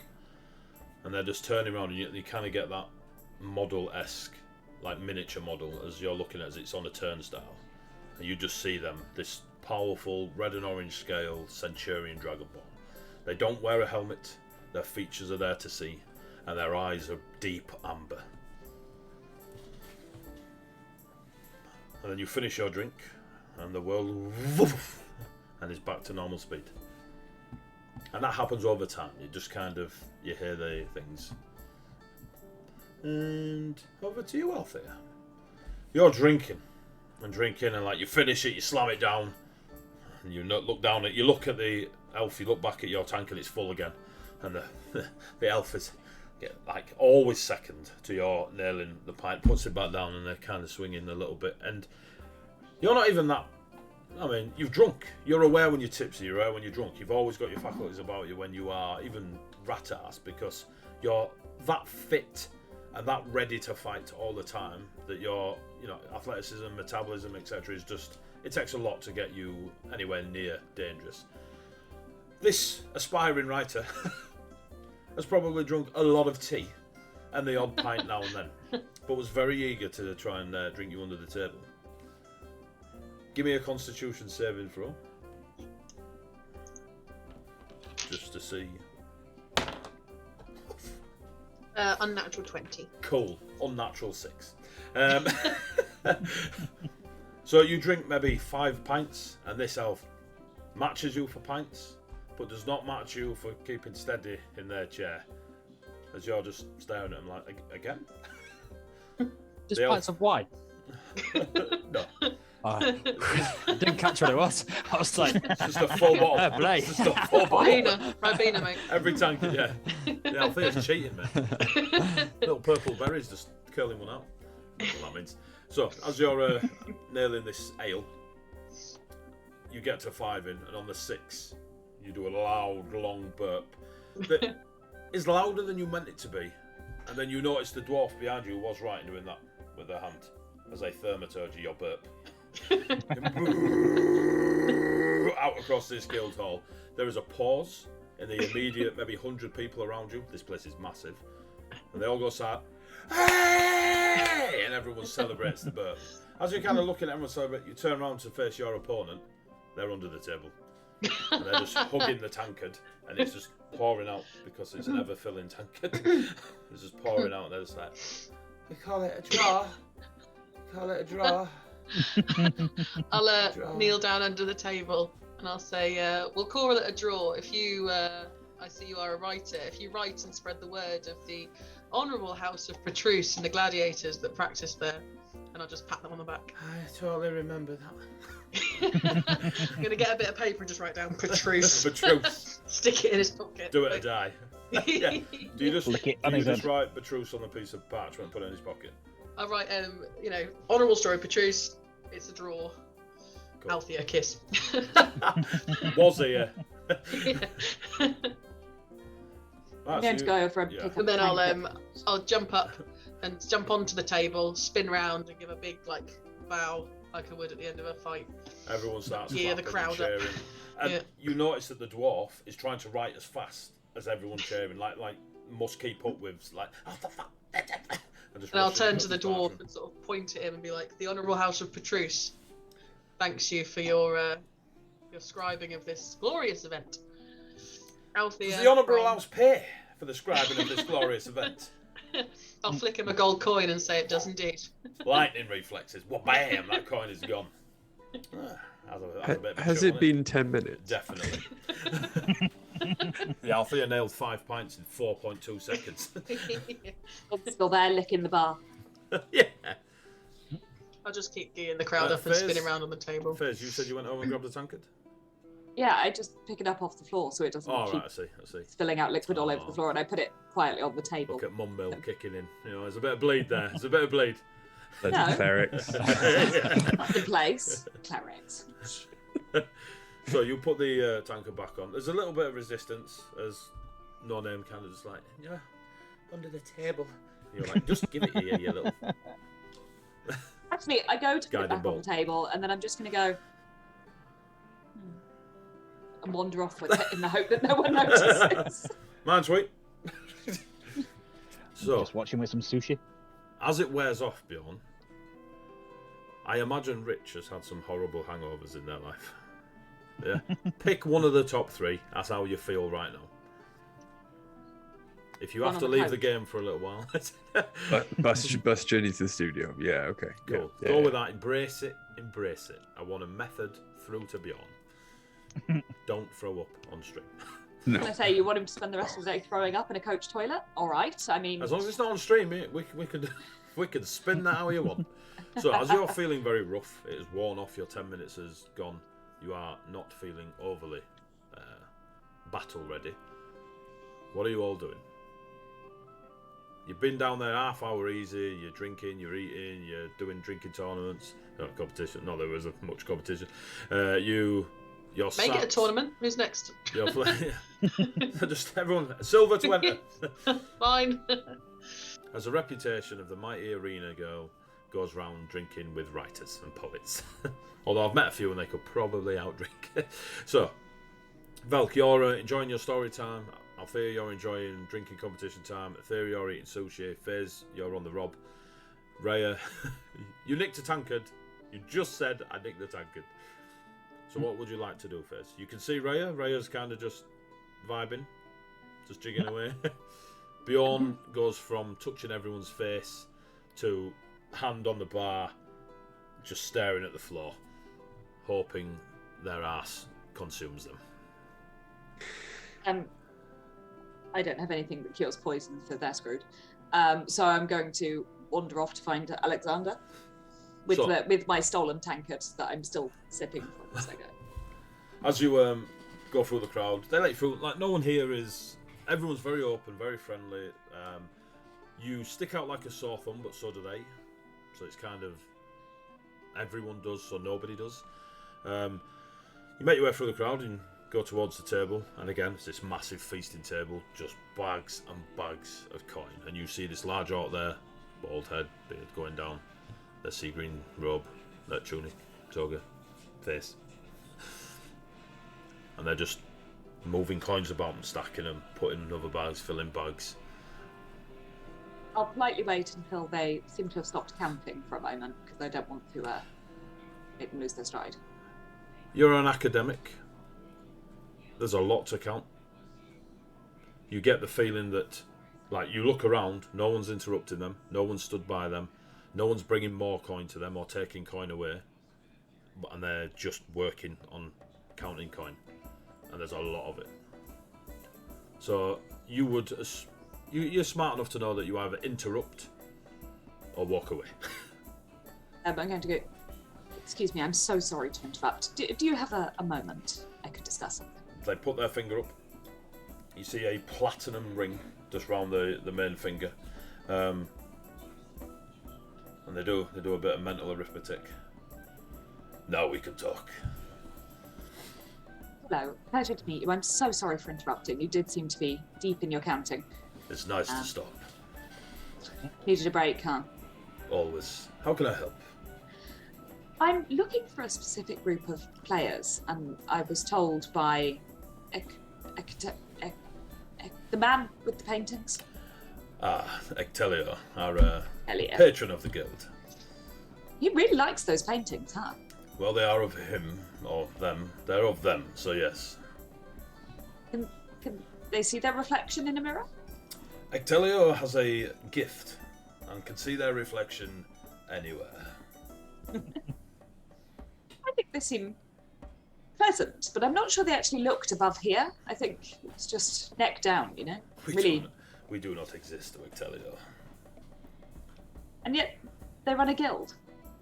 I run the guild. So what did the Kelio do? I'm sorry, I'm being nosy. I'm just. Ectelio curious. is the guild. Ectelio is the greatest bard Atoria has had in a very long time. And knows it. Trying to imagine them actually doing any barding and not just staring blankly. Put a crowd in front of Ectelio and they will look at nothing else but Ectelio. We appeared in their room. They didn't notice. You're not a crowd. You're 6, 7. How many of you are there? 7. 6 adventurers and 1. Was Ectelio singing? No. Then you are safe. Noted. Thank you. Not in a threatening way. More in a exposure to one's talent way. I don't know how to feel about what you've just said, honestly. Not a clue. Neither do I. I'm looking for a specific group of players. They would have been in Ravenholm. We do send groups and troops worldwide. Colossus is a large place. Do you have specific details? We have a few go west to Ravenholm. Not as many as I'd like. It was a group of players who were very acrobatic. Starts making notes on a piece of parchment. Very acrobatic. They performed for a cleric of the House of the Red Lady. How long ago? Lady, how long ago would it have been? Roughly. Month or two? I mean, it's a long way to travel to Atoria, so it's more recently, because obviously yourself have discovered your true, or a different path to what you originally set out on. So a couple of months. Maybe 2 months or so. Not long. Are you in a rush? We have a lot of performers. Not an exceptional rush, but I would really like to speak with them after the events that unfolded.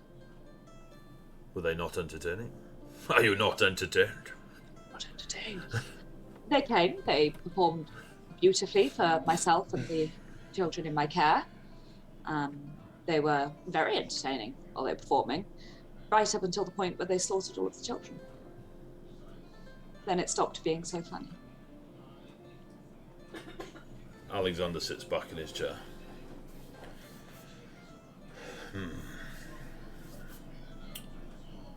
May I have a moment of your time in private? Absolutely. You there? There's just an elf who's in full plate armour that is akin to that of a Tory, like the caress, the muscle caress, and the pauldrons, the thigh tassels, similar to what Althea's in, but without the helmet.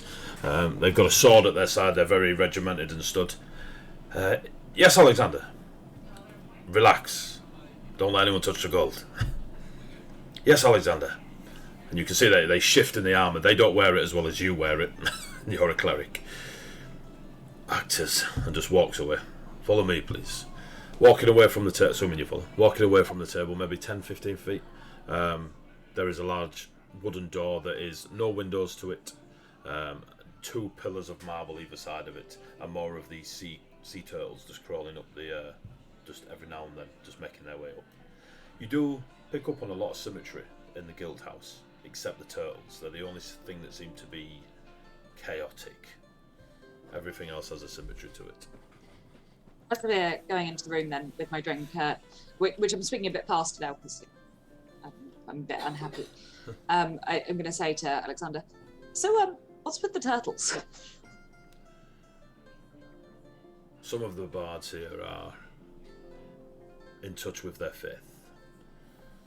And the patron celestial of Buxy Bay is the turtle. And that all makes sense. Do we see FaZe walking off with the orc man? There is no secrecy about it, so yes, if you are trying to look for FaZe, you will see FaZe. Can I just, I'm assuming they're going into a side room, can I just stand It's less of a nearby side and, room, like- it's a very obvious side room, it's not Okay. like out the way side room. I just want to be watching her, making sure like she's safe and Yeah. not being, Opens the door for you, and you can see in front of you there's just a wooden table, a high back chair, and it looks more like a Ravenholm office. The furniture here is dark, the leather is red. It has a... Gothic's the only word that I can think of right now, but a kind of that sort of aesthetic in this office. There's no light comes in there by the candles that are lit.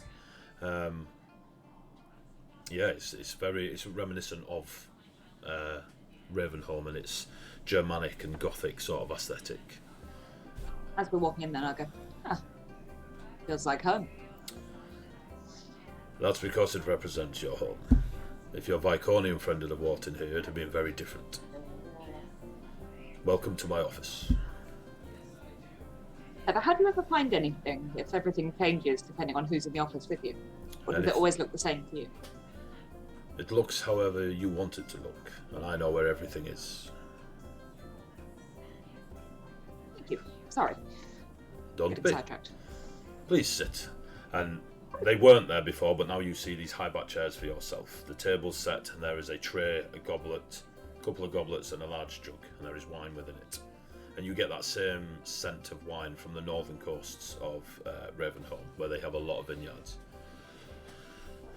I'm going to carry on politely, but drinking from the tankard I'm holding. They wave their hand and the door closes. Not slams, just closes. Got you now! Please, for one, the story you have just shared is... Let me... I can still hear them play music outside. Let me...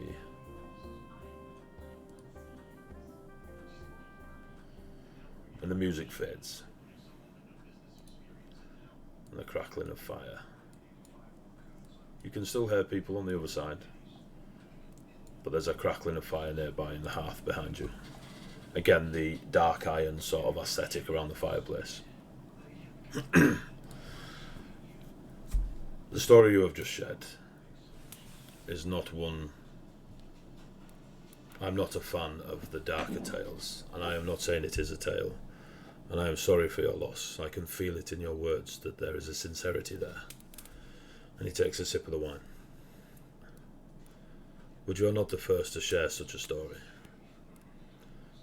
I too am looking for a particular group of performers that have brought this reputation to the guild of Ectelion. Ectelio. Don't tell him I said Ectelion. I am well known in these parts as guild leader, accountant, coin bearer. There are many titles that would be passed upon myself, and therefore a certain fame among those of Vitoria. It is a big place, and I made my reputation off barding. So I cannot go around investigating.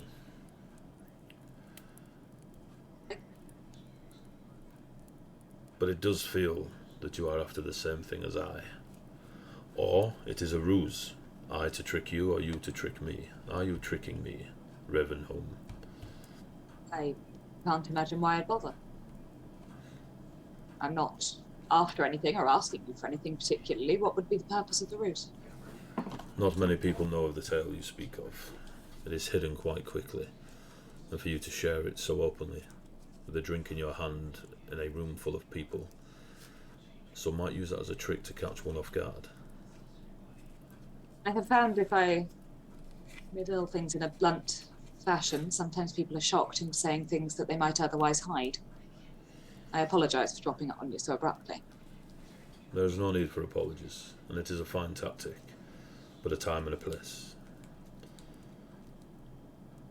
I would ask that you maybe aid me in this. I have a vibe about you. And your friends are very... well, they are very playful at the moment. They'll fit well in the guild for now. Pretty sure I just saw one of them licking a table, so... yeah. That is... just wait for another hour. All the tables are flavoured, by the way, if you wish. Okay. What? What flavour? Any flavour you desire. Snosberries. Fully gonna go out and lick a table. And I'm gonna clip it.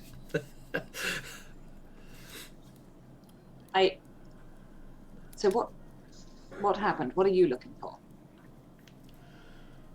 There was a group that visited the northern lands, travelled from Savai across into Viconia. They also performed bloody acts, or so the tales go, claiming to be sent by the guild of Ectelio. I have scoured every member of this guild, and either nobody knows or nobody is saying, and I doubt people would lie for fear of Ectelio's wrath. I was really hoping that you might have a direction you could point me in. It doesn't seem... I do have a direction I can point you in, because I cannot walk in that direction. Which way? Right now, here, Buxy Bay, there is a festival. There's always a festival, it's Buxy Bay. But this is a particular one. A celebration of birthdays. So not those that celebrate once a year. It's more of a collective, that you celebrate the fact that you were born. It is a collective birthday. Okay. And very popular. Of all ages, we get those at the end of their life cycle and those that are just taking their first steps. But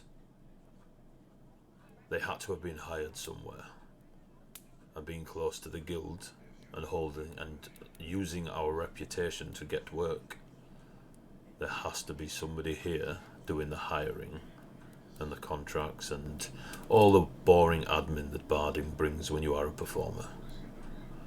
I cannot go around asking, as I will be immediately known. Whereas you are new, and the festival brings a lot of new people.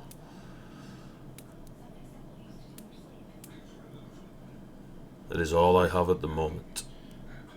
The question is, what sort of thing would they be hired for that would be specific to this group? You have a bard with you. You We have do. a warrior of the arenas. You have a Caranthian wearing the attire of Vayne, wielding one of their blades. And you have a dark fae creature that I guarantee those with coin would wish to do nothing more than just lay eyes upon. The dark fae do not wander from their forests, and yet you have one just walking around the guild. Give people a heads up on that. If they actually tried, I'm pretty sure she'd turn into a snake and eat their face. I've a no warning. doubt. I've no doubt. But also be aware of those that can turn into bigger snakes. Terrifying concept. Look, I'll Snake do on my snake. best. I'll try. I think my friend Bjorn, the one licking the table, also The wished one to that speak with lost you. the game of roulette. Yeah. He definitely wanted to speak to you. I'm not 100% sure he's capable of doing so. I will wait until it wears off. Although they will have a headache for a while. It's definitely worn off because last time I saw him, he had that sort of weird greenish grey cast his skin. Ah, yes. That Yeah. will only last mere moments. Good. I'm wondering if they might be looking for something similar. I mean, probably not. What are the chances? But we only met very recently. Why are your eyes purple? Well, I did a job for someone, and I was supposed to be rescuing a child, which, as I'm sure you can imagine, I'm quite fierce in my protection of children. So I willingly took on the job, and when I laid hands on the child, I was teleported to an icy place and had a necklace on. When I managed to remove it, my eye went purple. You can see the look on Alexander's face like, I mean, I've been a bad all my life and that shit is good. Why not be upfront? Let's see what he does with the information. A few of you have the purple. Same reason or different? Same reason, but Ethereus is actually stone, which makes it pretty cool. Etheria is... The rather fabulous pink rose quartz dragon. I don't know the names of your companions, just merely... Sorry. I'm not that intuitive. None of you were wearing the name badges we passed out, so... Wearing one on my head. Don't need a name badge. I am the Sandy Hero, and you will know me! You will know my name! What's my name? Betty.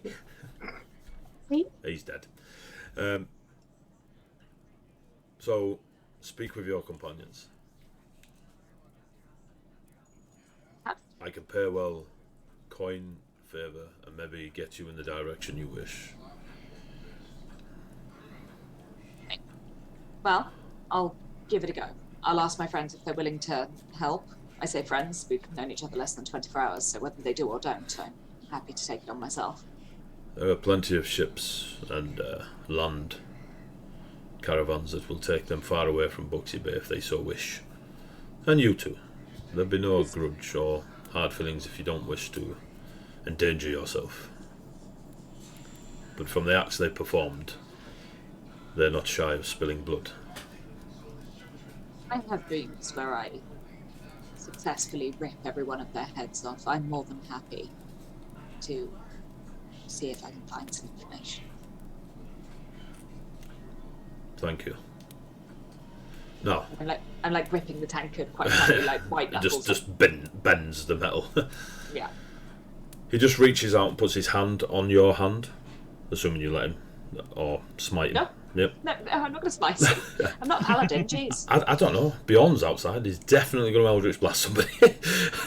As you, as he puts his hand on your hand, there is a warming, comforting feeling, and you're aware that it is magical, and it kind of only just takes the edge off because you're obviously very passionate about the thoughts going through your mind at the moment. Help me, and I will get those heads for you to rip off. Sounds like a deal to me. Now, looks at an egg timer on the side. Let us take a break for 10 minutes. And then we shall return and see what the rest of your party are doing. And on that, we're going to take a break for 10 minutes because I'm busted. Right, so we're going to have a quick break. During the break, there's going to be an advert for GSCon up in Manchester, beginning of Manchester. It's a big con they're doing. There's like 1,000 or so people going to it. They're raising a lot of money for charity for mental health and gaming and how gaming can help and such like this. Sometimes helps you get it. Just putting that out there as well. All right. So go check it out. During that GSCon, I will be one-shotting Dungeons and Dragons DMing for 10 people. You've got to sign up for it. If you use the code EMRIS10, I think it is. There you go. It's in the chat now. You get 10% off your tickets. Emrys is amazing. She's Zandria on our Tuesday game. She streams a lot herself. She's great. I love Emrys to bits, and she's sponsoring the con. So use her code. You get 10% off. Come and sign up. We've got his own room, a big seminar room. So if you don't sign up but you want to come and see me shout at a load of noobs playing D&D live, come and watch, and I will try and make them all cry for your entertainment. So yeah, so watch that during that break. Yes. Right, we're going to have a break. We'll be back in about 10-15 minutes tops. Right, love you. Bye-bye. See you in a bit. Bye-bye.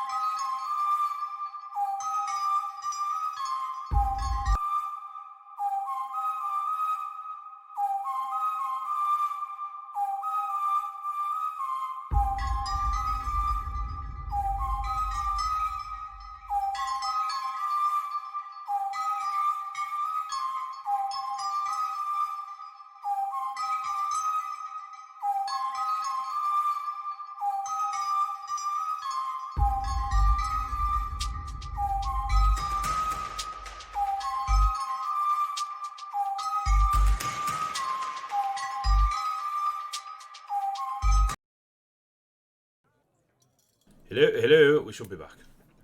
Yeah, Hopefully. we are. We're back. Yes. Yeah, massive. Watching us. So, I just got sent a bit of fan art from Jellysaurus. Jellysaurus Rex in the chat. Thank you so much. It's absolutely beautiful. It's gorgeous. If It's you so are good. not on our Discord, go check out our Discord. Links in the chat.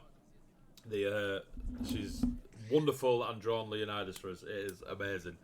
I have straight putting that up on Twitter and tagging the 300 cast. Unbelievable. Right. So. Hey, Gerard Butler, this is you if you were a gnome. yeah. I'm straight up tagging Gerard Butler. I'm telling you fucking right now. Anyway, language, method. You are in the guild house, or a very, very large guild house of Ectelio. You have vibed, you have interacted with Alexander, who essentially is the guild master as it looks, deals with the coins and such. You've had a drinking competition that you won easily. Etheria is getting fed as much as they possibly want. And FaZe actually spoke to Alexander and was offered the task of doing a bit of investigating on behalf of Alexander, because Alexander's a little bit too famous to be rocking around the masses going, did you do it? Did you do it? Did you do it? There is a festival that celebrates everybody's birthday. No matter if you're old or young, everyone comes together and just celebrates the fact that they're alive and that they've lived. It's that sort of festival. FaZe has said she hurt herself. FaZe has provisionally said yes, she's going to have a word with her party, and that is where we pretty much left it. So, FaZe, are you remaining in the room with Alexander, or are you now about to leave? I'm probably going to return to the party, generally. Cool. As you leave, you turn to close the door, and you see that the room has changed. It is now of a green forest, and the green of the forest is lit neon, not as bright as neon, but it's got a glow to it, and there are twinkling orbs of blues, greens and whites all around Alexander. The red paint on his face fades and goes green, and you can see it now under his tunic, under the neck, and you can see a beautiful forest scene. The chair he is sat in is one that's been grown, and the table is a log that is just big enough that you could rest at and write at, rather than a shaped table. Change in here. Hello, say again? I said it's pretty, the change in here. I'm going to say it to him. Oh, it's home. It's a bit more colourful than my home. Thank you for your time. I hope to see you again soon. And then he goes, just turns and stares at nothing but across the way in his little room. I'm going to go and try and find Bjorn and direct him towards Alexander in the hope that he'll still be there. Bjorn is against the bar. Bjorn, you yourself are coming on the other end of this dreadful hangover. Things start to, like, your vision is less blurred, your head isn't as much of an axe in it, and you can see FaZe coming towards you. But it is kind of bouncy in here. You weren't a fan of the bouncy music a moment ago. I'm going to very loudly go, "Hello, Bjorn!" Whoa! Screamy time! Thank you, Gillian Stark, Tony's best friend. I when I was under the influence of the thing, attempted to touch your face without permission. So I forgive you for shouting and causing my brain to explode inside my head. And I'm going to go, I probably deserved it. "Come on now, come on. Time to go and speak to Alexander." Please stop. No. Where is Alexander? I'm never going to stop. Just over there through that door if you notice. Thank you. And I'm head towards the door. Bye, Bjorn! By the time you get to the door, it's kind of worn off and you're just a bit groggy now. You've had your full English and you're feeling all right for the day. is the sort of feeling you get. And there is just a large wooden door of some sort of office. Again, it's not like off in the shadows side room. It's just a door to an office that belongs to Alexander. Do you just walk in or do you knock? Knock. I'm stupid. I'm not impolite.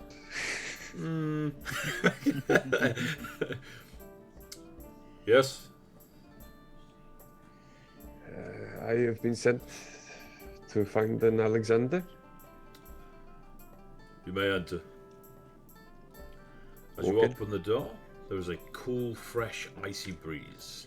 The smell of the evergreen trees, the crunching of snow beneath your feet as you walk into the room, and there is a picturesque, perfect image of a camp in Vicornia with the animal pelt tents and the shamans off to the side. There's no shamans, but there is that sort of feel where you half expect the tribe to come together and sit round the fire that Alexander is sat round at the moment, and there are logs just laid next to the fire, just on the floor around it, and there is a fire going in the middle of their office.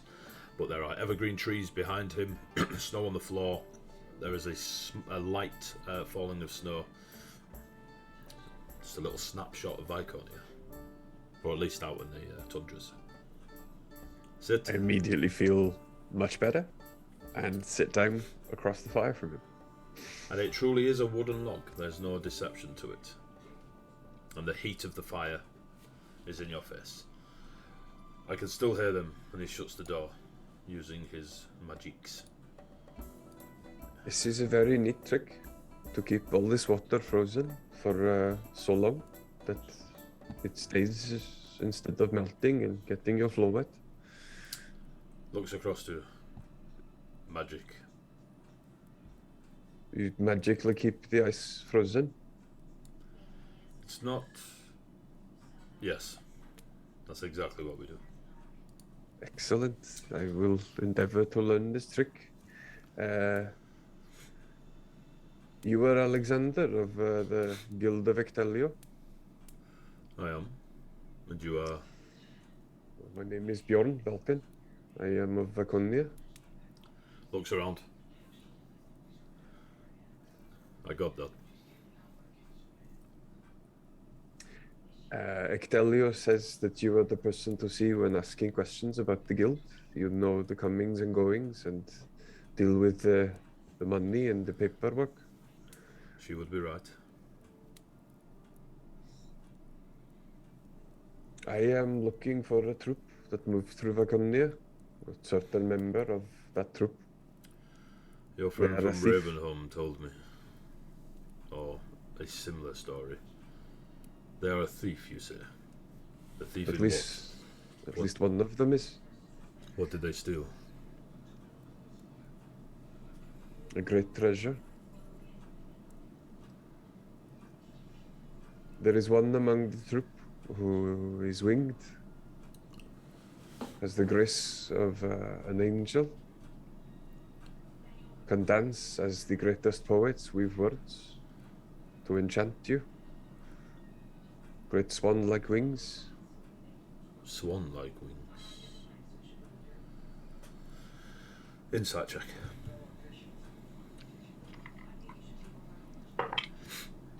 Natural 20.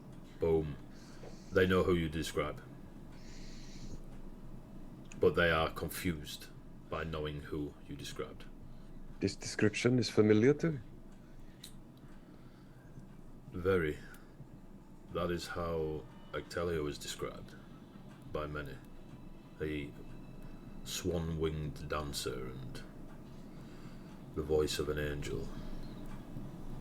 I've witnessed it and would agree, but Ectelio does not leave Atoria or the guild house for the last 2 years.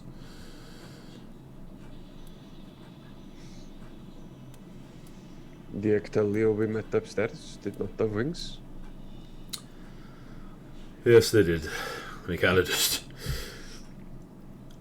Trust me, they did. Is there another like them in the guild? Not. Ectelio is unique. then perhaps I need to have another conversation with them. Maybe. Kind of ponders. Not even his family are like that. I would have to... It was the wings that were stolen. If the wings... Like, Telio already has their own wings. She does not need to steal them.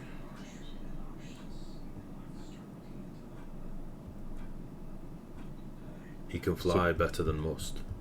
Even the winged creatures around the coast. So perhaps there was one who is jealous of Victalio, trying to emulate them.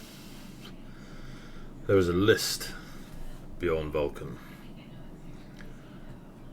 But if it is linked to what your friend has said, there was a lot of bloodshed in Ravenholm. There was hurt in her voice. I could feel it in her heart. Your friend is out for vengeance. My friend Fez? If they are your friend, yes. But she is so nice and centered and not angry. I did sense the light in her, but it is hidden deep. She has a new purpose. If her purpose is vengeance, then she will find I can be a great help. How so? I was born for it. Molded by it. You've not seen the light of day until you were but a man. Think you're in darkness. Get out! Get out! Let's not stand on ceremony, Mr. Vulcan. My patron. Holds his hand up. Costo. Just nod. Well, if the stories are true and... Well, you're here, and as is your friend Fizz, I would say Costo has released one of his to exact vengeance on the same entity she chases.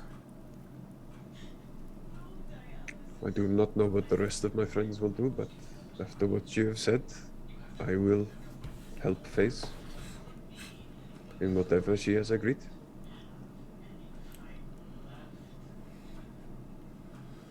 Vengeance doesn't seem it was always her purpose.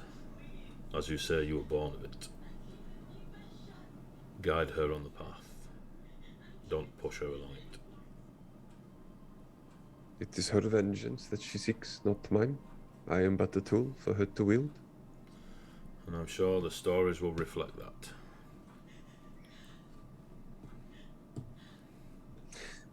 Hopefully, what she is looking for will help me find what I am. I've asked her to investigate the festival. There are clearly folks arranging these jobs for these that go to Viconia and steal these wings. Those that went to Ravenholm and caused the bloodshed that Fez has told. I need somebody of a not known face to ask around the festival and seek out who is hiring or who is offering these hirings. I have been told I ask a great deal of questions, even when people do not wish me to. So, Does it feel like it? I'm sure I can help. I'm not sure you've asked 2 questions in our conversation. I know the horrible woman who told me this is no longer with us. Did you kill her? Fortunately not. Bad breakup. She wishes. I could see clearly some people's taste. Just kind of look down at myself. Was everyone for someone beyond? I am kind of average for Viconia, actually. So say you. So, coin. I will. Favour this path of vengeance. You will help Fizz. I will. I should probably go and tell her. It's always good to know who you're working with. Thank you for your time, I suppose. You're very welcome, beyond Vulcan. We'll get up to leave. Cool. As you leave, as you're closing the door, you see that same neon green forest-like image of the office. The door closes, and the music comes back. And I go find FaZe. And you can do this with Sunscape just by flicking beyond. FaZe isn't hard to find unless Amelia tells me otherwise. Yeah, I've done a runner and I'm back in Ravenholm now. I'm now a rogue. Side quest a go-go. So music is blaring, you're back out in the guild house.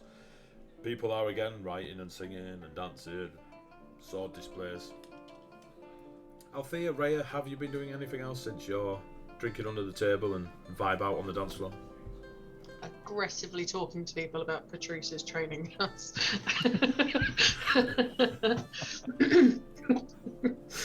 And trying to get Remy drunk. You're like going to an art school and talking about sport all the time. Yeah. Just going up to people at the bar, smacking them on the back. Have you ever considered gladiatorial Have you ever combat? thought about how many press-ups can you do? You are at Comic-Con going, so rugby. Yeah. Hey, I've done that. I know, mate. No, I'm a nerd that plays rugby. So, as Althea is sales pitching everywhere, I'm getting Remy drunk.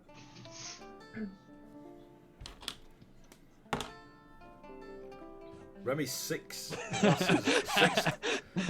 glasses in of the crushed grape, and 6 glasses of wine. and Jesus is Christ. absolutely fine. What? He has drunk a lot of weird alchemical shit in his I studies. was just about so to wine say, is he good. is a beginner alchemist. He has definitely exposed himself to some shit. Fine. Althea is 85% more attracted to Remy now. He Every might time- be precise skinny. number. Every time you catch Remy's eye and the percentage goes up a little bit, he looks at you, just kind of looks back at his drink, like, a little bit unsure. He's not used to the look. Beer goggles. Like- Beer goggles supposed to In look the reverse. other way. Yeah. Keep drinking. Keep drinking. Keep drinking, and I could be buying you breakfast. To be fair, you could pretty much bully him into it, so he'll the drinking bit.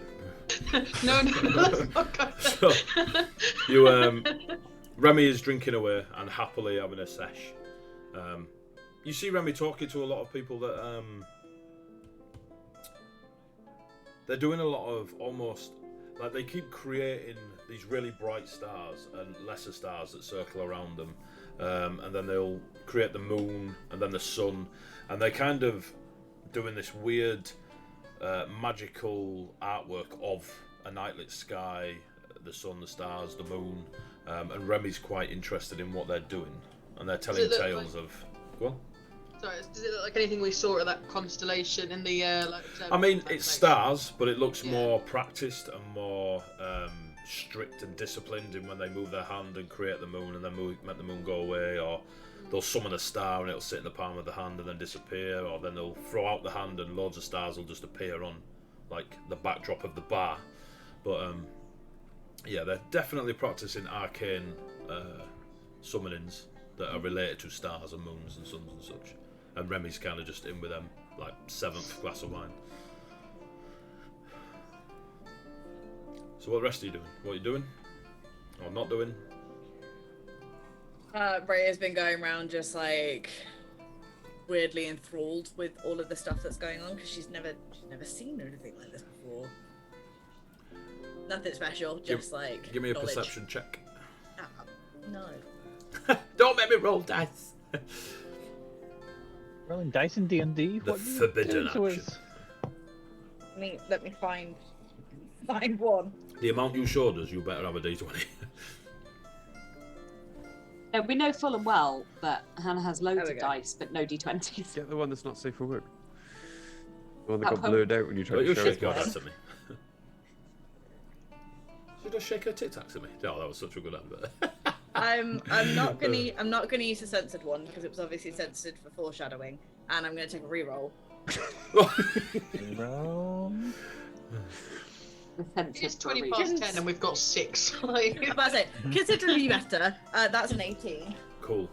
As Fine. much as you are enthralled with the situation, you're kind of, as you're like looking around and taking it all in, just out of your periphery, you'll see people looking at you the way you're looking at the situation. So it's kind of back and forth of enthrallment. They're enthralled by you, you're enthralled by them in the situation, and it's like, but you do notice it. I'll just, as I notice them staring, I'm just gonna be like, Hi. looking more confused, like. As you wave, you see a few of them kind of like almost schoolboy in the yard, kind of like talk to each other, dead excited that you waved. Bear in mind, this is several folks do this in different areas, all thinking that you waved at them. Etheria, you just chowing down on all you can eat sushi? Once I've had my fill, I'm just gonna wander and see the different arts and things like that. 'Cause obviously, I've seen art and I've been exposed to like different ceremonies and stuff like that. But I concentrate very much on my training, so I'm kind of enthralled by the more boisterous side of art. It's definitely gravy time. Thank you, Violet. Still. As you're pottering around, and you do see this ridiculous amount of artwork in its various forms, where musical, spoken, written, painting and such. And it's exactly how you described it. It's more boisterous than what you're used to in Veer. There's a lot more excitement about it. There's a lot more rushing. There's a lot more fronticity. Jesus, it's more frantic. We'll Google that afterwards. But and it's exactly as you, and you're in, and you're kind of taken in by it all, until you come across a dwarf that is doing calligraphy, and it reminds you, and the brush is massive. Long, thick strokes of black ink on this parchment that then fades away, and the same parchment, and then they continue again. And it is the language or the glyphs or symbology that they're that they're calligraphying onto this parchment is druidic. It is not in the language of Veer.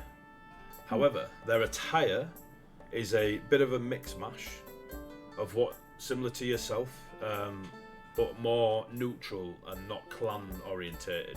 It's just like a dark blue and there's some whites over the shoulders, but then they have a mix of, they've got like a thick leather pauldron on one side that's got grass and moss that kind of weaves into it, giving it a bit of a, from a distance, looks like green chainmail. It's kind of got that rough link to it, but it's mossy and grassy when you get close to them. Next to them is a wooden axe. The entire axe is just made of wood. A single piece of wood, but it's got the shape of an axe. And it's kind of half like they've just hit the table with it, so it sticks in the table and then stays there. And then they're doing this. Their beard is pulled really tight to their face. It's still pretty thick, but it's pulled tight to their face. And as their goatee comes down into 2 braids, just real short braids, and a couple of leather or like bark, strips of bark to use as the twine around the thing is. You notice that the dwarven woman doesn't have a moustache, and she's just kind of going about her calligraphy. Hi. Hello? This looks interesting. I'm Etheria. Pleased to meet you, Etheria. Let me turn the music down because I can't hear anything.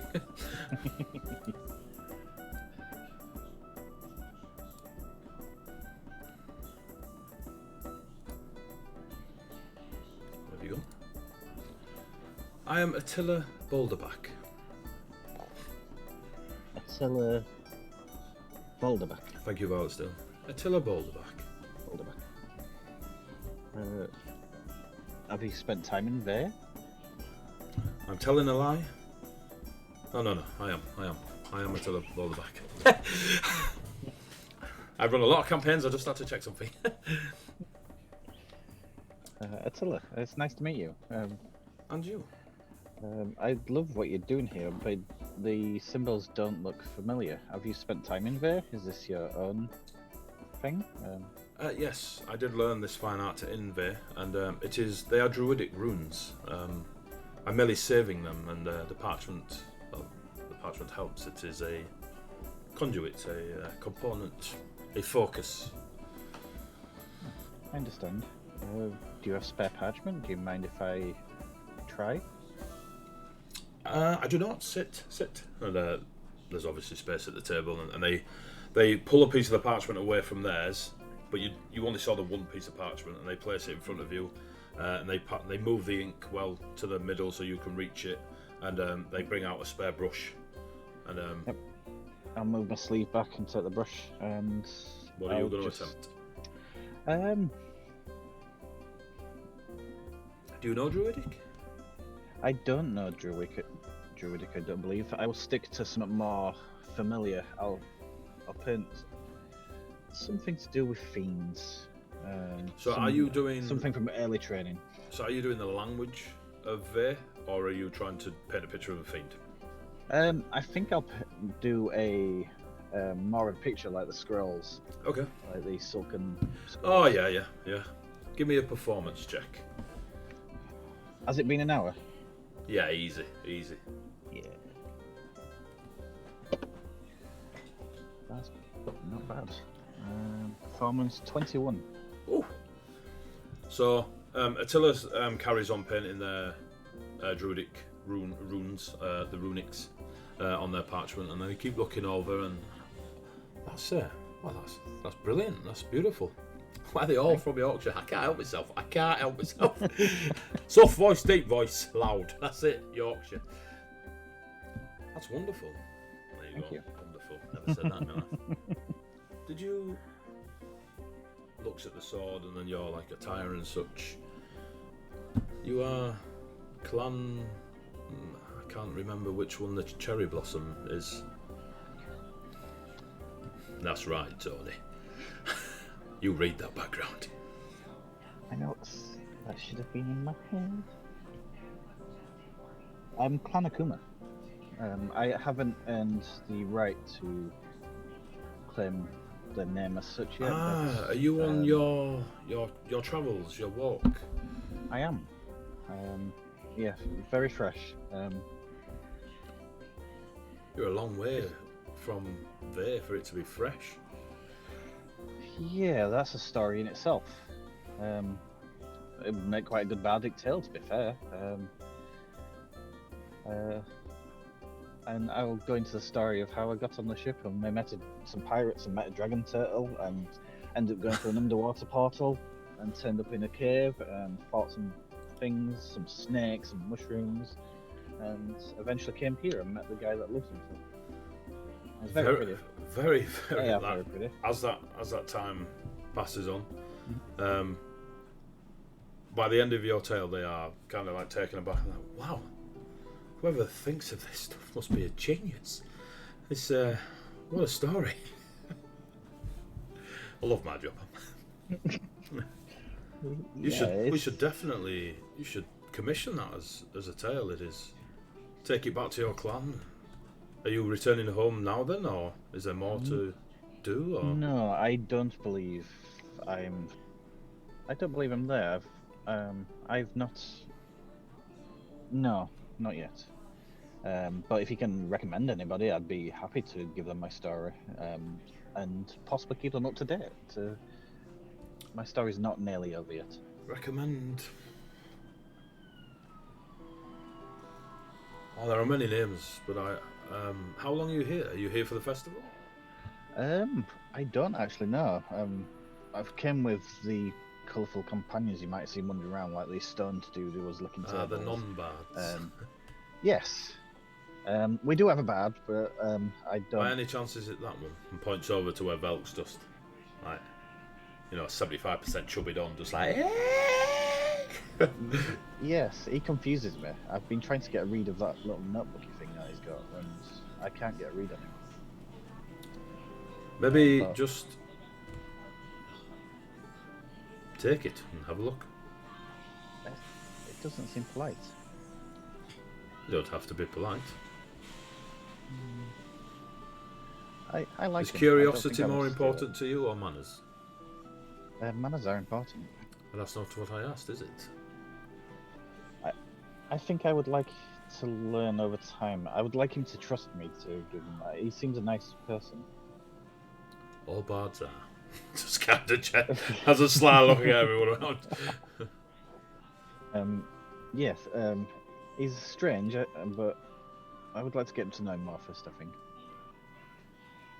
And my companions, even the darker ones, and the one that seems to like drinking. The one with all the alchemy bottles. Oh, that one. Oh, he's very strange, but he's fun. Not stopped drinking since he got here. No, I'm pretty sure that he could drink the other one, the fighter, under the table. I don't know what under the table means. Oh, but the Sandy Hero. A strange name to take. The Sandy Hero. Yeah, I think I'd bet on the alchemy guy at this point. Well, if it was me, I think anyone in alchemy is cheating. That's a good point. I've not met many alchemists, but... Well, if he offers you anything out of his bag, I'd look at it with some suspicion. He's got some really nice stuff, but... Looks across at Remy. I think I would hurt your friend. And just gives you a little nudge on the shoulder.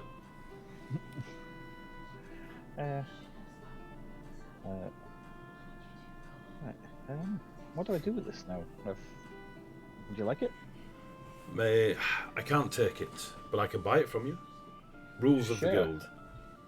Sure, I have no idea of cost or anything like that, but whatever you feel. I'll give you 8 gold for it. 8 gold? Wow. Sure, if you think. It is a original. It will never be Yes. repeated. Do you promise it will never be repeated? I promise I will never recreate this image. Your soul is mine. I don't know. I don't get to paint very often. You should. I did enjoy it, but It is a beautiful creation, Etheria. thank you. It's yours. Passes you 8 gold coins.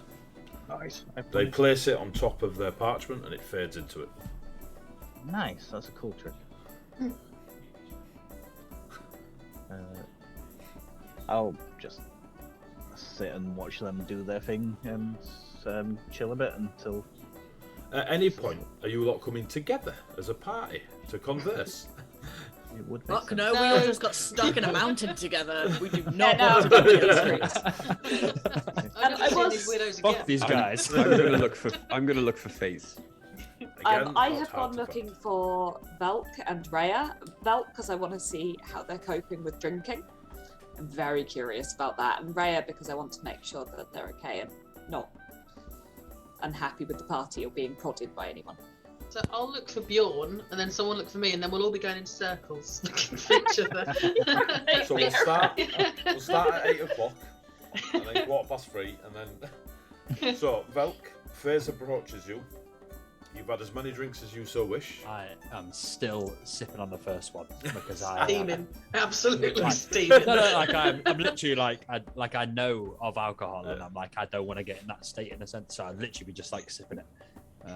But your character's wildly different from you, aren't they? It's outrageous. Isn't Wait it? wait till you beat Malza. Cheers, Uli. Thanks, Uli. Thank you. Thank you. Velk, are you getting on okay with everyone? Yeah, seems all right. How was your meeting with Alexander? Phase is fully flawed. I'm just like, Velk just spoke. Like, not in the third person. question. Faze, roll Yeah. wisdom save. It's a trap. He's drunk. He's drunk. it went very well. Thank you. I've got Good. a bit of a job to do while we're here. Oh, even better, an adventure to be told. Sure. So you can talk normally then. This is a choice. How do you mean? Even the greatest of stories has assumed details and fade to black moments. He's so pissed. Everybody's drinking and smiling. Tomorrow's chapter will read a successful day by all accounts. right. I'm like, Althea! Yeah?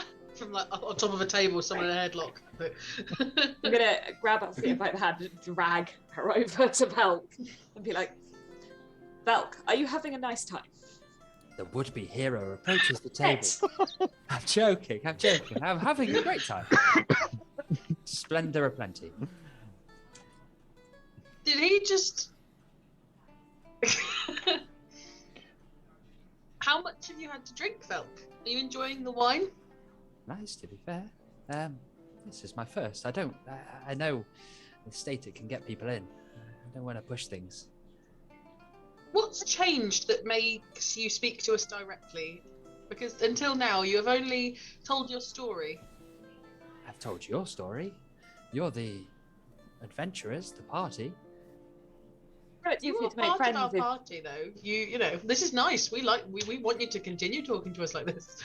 do your narration thing too, of course, because it's part of you and who you are. But it's nice to get to know you as Velk, not just Velk the narrator.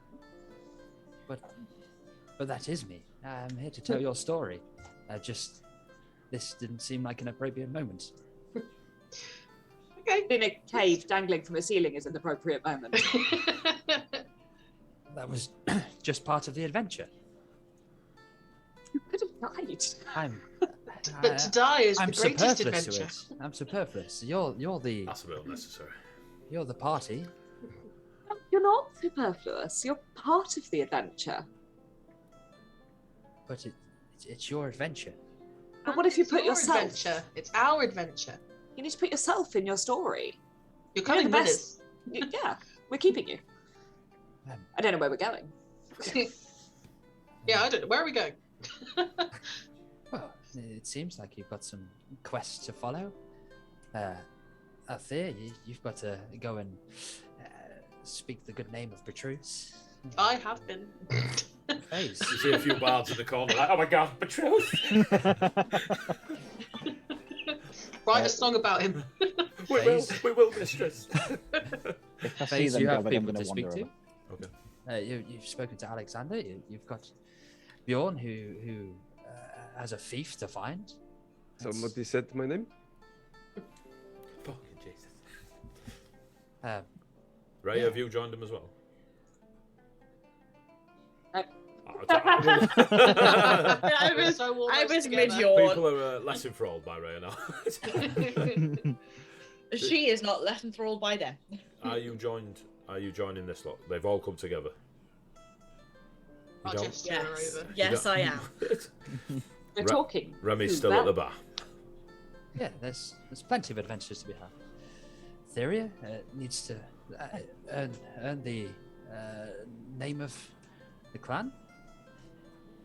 You know, if that's your mission, helping locate some murderers would probably go some way towards getting you some acclaim. I mean, It's less about acclaim and more about worth, but yes, if you need help. In Etheria and Althea, this could be relevant to both of you then, perhaps. Do you know what? This is probably not the best place to talk about it. I was told to be more discreet. This is probably not discreet. And I look around, still drinking out of my 300 tank. pairs of eyes, like, just all look away straight away as you turn. Probably not I discreet. will turn to the little dench barman man, Leo. Leonidas. Yeah. And say, do you offer board of any kind? Is there any way that we would be able to rest here overnight, or anywhere that you could recommend that is close by that we would perhaps find a room? Sandy Hero, you are in the guild house of Ectelio. You can sleep anywhere you wish. Or, there are many rooms across the road in lesser buildings. You say we can sleep anywhere we wish. Are we talking like on the floor, or Are there bedrooms? Maybe Folk will further walk into the- around you if you sleep on the floor. There are rooms that you can rent. Roulette. There was many bedrooms, but some of them had people in doing stuff. There are people that create their art in their own way. We don't judge. How much No, for an different. empty bedroom? For an Don't empty you have to bedroom, for how specify many? that? For 7. Won't be empty then, will it? 7? Ah. Who are the 7 of you? Remy Us waves. and Remy? Us and Remy. Me, you Oh. dickhead. Remy. Oh, that one. I forgot about that one. Stop getting Remy. It's not fair. Who are the Throwing- seven? Oh, my throwing friend I've portrait already balls not at you. met yet. Catch that, bearded bastard. Wow, the Remy drinks getting finally got to rowdy. Remy. Yeah. Turns out 8's the mark for Remy. Yeah, 7 people to stay overnight. How much? A copper each. I will flick over a gold piece and say They will flick the it back. rest. A copper each. Do you not do change? No. And I will hand over 7 copper. They flick back 6. Catch them if No. you wish. I'm paying for copper everyone. Each. Okay, I will hand Just the gonna other hold my 6 hand up to coppers face. to the other people and get them to hand their own coppers across. Thank you. I Thank do you, not have. thank you. I do not have the small change. Thank you. Yeah, thank you. I don't have change either. Who does in D&D? Who does? I did have it, and then a pirate stole it from me. You were robbed Rhea by just- a pirate, Viconian? Yes. How mysterious. Rhea Why didn't just you kind kill of the pirate? Sorry, Rhea. Rhea just kind of looks at the copper Have you walked over now? and looks at FaZe. I was like, Wow. what is it? Oh, It's your room. if you just give it to Leo, I'll give you another one that you can keep. Did you just call me Leo? I'm sorry, I shortened your name. Brilliant. It's fine. It's brilliant. It's I'm fine. gonna whisper to FaZe and be like, I thought his name was Alex. Everyone is called Alexander here. No, only one person's called Alexander, the large fellow.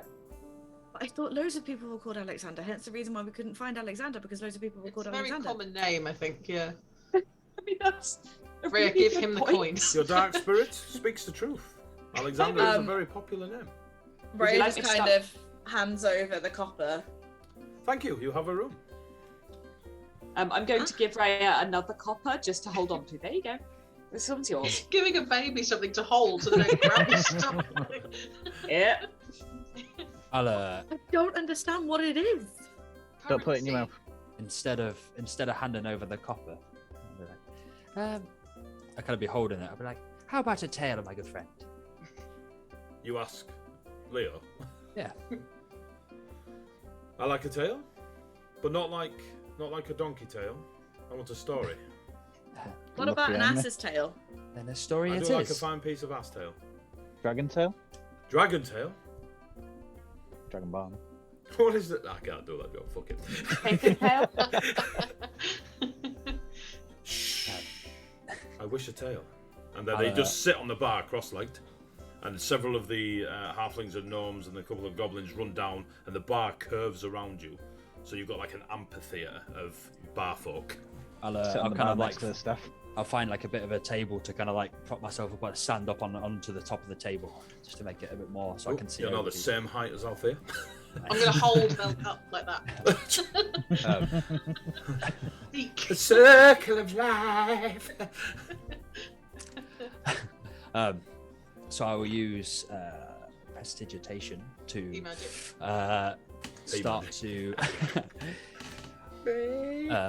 start to like I will create like a sandy effect, as if sand is kind of like blowing slightly around the room. Leo like elbows plumes Althea. of sand. This is for you. This is for you.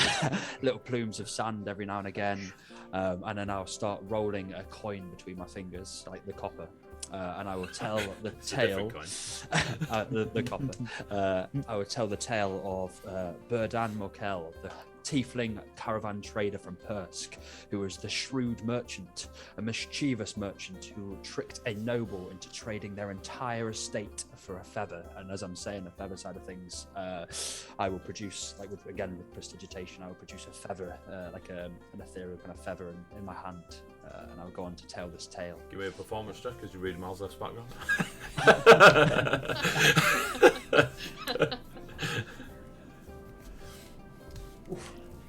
24. 24. So, as you're telling this story, and every time you mention something significant and create it in an image of it, you notice that the bar staff all join in and enhance said image. There's more sound, there's more music, there's more feathers, there's more silence when you call for it, when they're creeping across the dunes and such.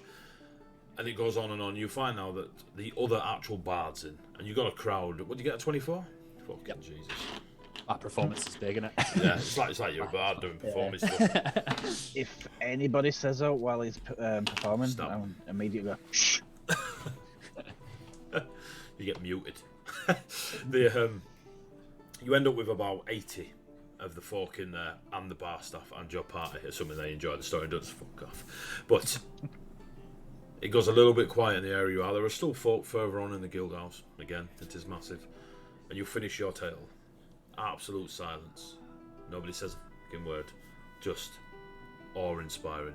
No clapping, no nothing. Just deep breaths. Wow.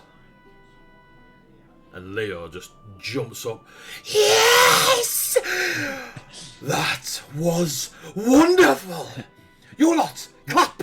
And they're all just like, everyone just starts clapping away, screaming their heads off. It's like the World Cup has just been won in badness. Who's bad? I'm bad. Sitting there with a vuvuzela. And I fling him into the sea of people to carry him, like, through the crowd.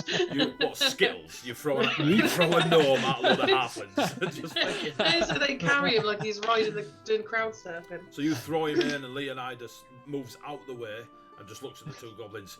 You catch him, and they rush and they dive under and they grab Velk, and they've kind of got him on like a foot on each shoulder. And then the gnome, and now Velk's on the bar on top of the goblin's shoulders. The gnomes are halflings and the goblins are just kind of, the bar moves with them and it kind of does a bit of a conga line through the crowd.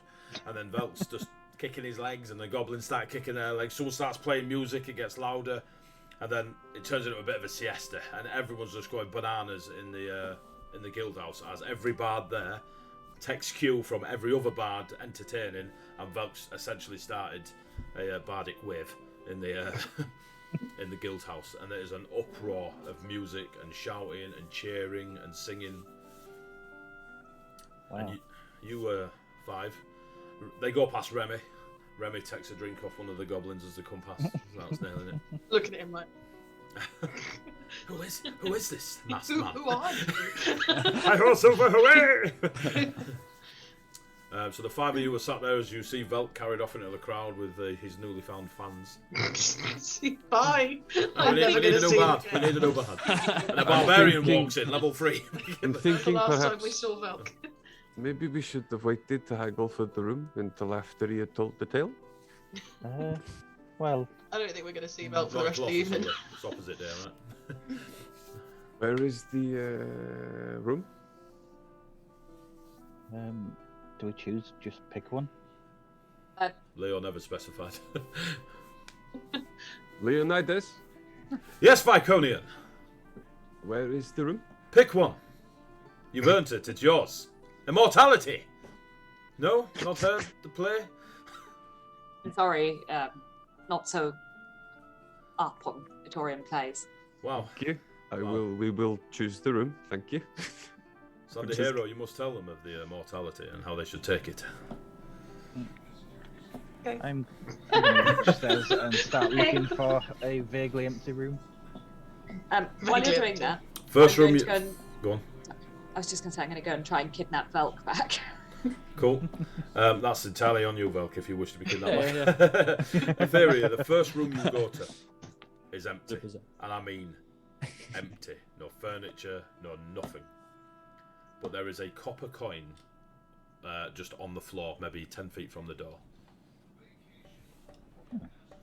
I'll just go look at the coin. As you go up to the coin, can you give me a Christmas saving throw, please? Oh wow. I don't know why, but I heard, can you give me a Christmas saving throw? That's exactly what I said. Christmas saving. I'll tell you the result on the 26th of November. 21. 21. November. November. Why not? You can't. We It's not got to keep shit Christmas. mental. We got to keep it chaotic. You can't be fucking. You can't be. Christmas in December, ridiculous. So, I got a photo of our Lucy in a Christmas Santa shirt yesterday. That's So- fine. She's like Sure. 2. As you needs to learn. As you go towards the coin, and you're drawn. What did you roll? 17? 21. That's not 17. You pick the coin up. You're drawn towards the coin, and you pick it up, and you get the feeling it's asking you what you wish of the room instead of telling you. Huh. Let's see if there's anyone's followed me. Now that 6 beds. And a shield. A shield. A shield. The beds of their design rise maybe a foot off the floor, futon style. Did he say 6 as well? Somewhere Yeah. Remy's like, Yeah, he did, yeah. fuck's Yeah, fucking. a potion bottle sails through the door. I think Remy's Fireball. here tonight. That's one longsword. Vorpal helmet. A sword rack. A sword rack appears. A dresser. Dresser appears. Night clothes. Night clothes, all in the Ver design, all folded on the 6 futons. No. Night clothes. Full suits of armor. Night clothes. Okay. You get a pair of pajamas for everyone that look like plate armor, but they're actually pajamas, just been printed the picture on. Power Ranger rice- jammies. Rice wine. And tea. All appear. You have a beautiful Ver Dynasty bedroom. And I'll put the coin on the side. As you put the coin on the side, it vanishes. And you see a Pointless. single feather. Yeah, the coin vanishes, and you see a single feather, exactly like the one that Velk summoned in the beginning of his tale. Yeah. And you have a Ver bedroom. Yep. I'll put my swords on the rack and start dressing and getting ready for bed. And pour myself some tea Cool. and some rice wine. And yeah, I'm gonna aim for a long rest from there. Wow. Cool. What are the rest of you doing? Etheria disappeared into a room. Did any of you follow? I don't know. I look in a different room. I'm curious. As As you look in a different room, it is empty, but there's no copper coin. You'll wander into the room Etheria chose. You walk into what is an absolute perfect replica of the Ver Dynasty fashion, furniture, decor. There are futons, 6 of them. There is a dip in the middle of the room where you would sit, and there are cushions around it, and there is rice wine and what was the last thing? Tea. I'm going to sit down and make a cup of tea. As That's we great. walk in, I'll pass you your copper coin back as well, by my face. I'll be like, As it flies through the air, Leo goes, and one for you, and takes the copper coin. I'm just going to be like, I love that. I love that so much. Then I'll go make tea. Cool. So, as we're heading towards the room, I want to give Rhea a silver piece. Go there. The copper one was confusing, but this is shinier. just Raya, Raya is talking to someone behind her currently. she's Rhea's lost the plot. distracted by the bards. At the exact wrong moment. It was literally like, you're going to talk to me, yeah? Couldn't have timed that better. As you pass the coin out, she just doesn't take it and you drop it on the floor. And then Raya comes flying over the bar with a baseball bat. Are you alright, Raya? That would not surprise me if I'm honest. Bjorn passes you a silver coin. Mind blown. It is shinier than the copper.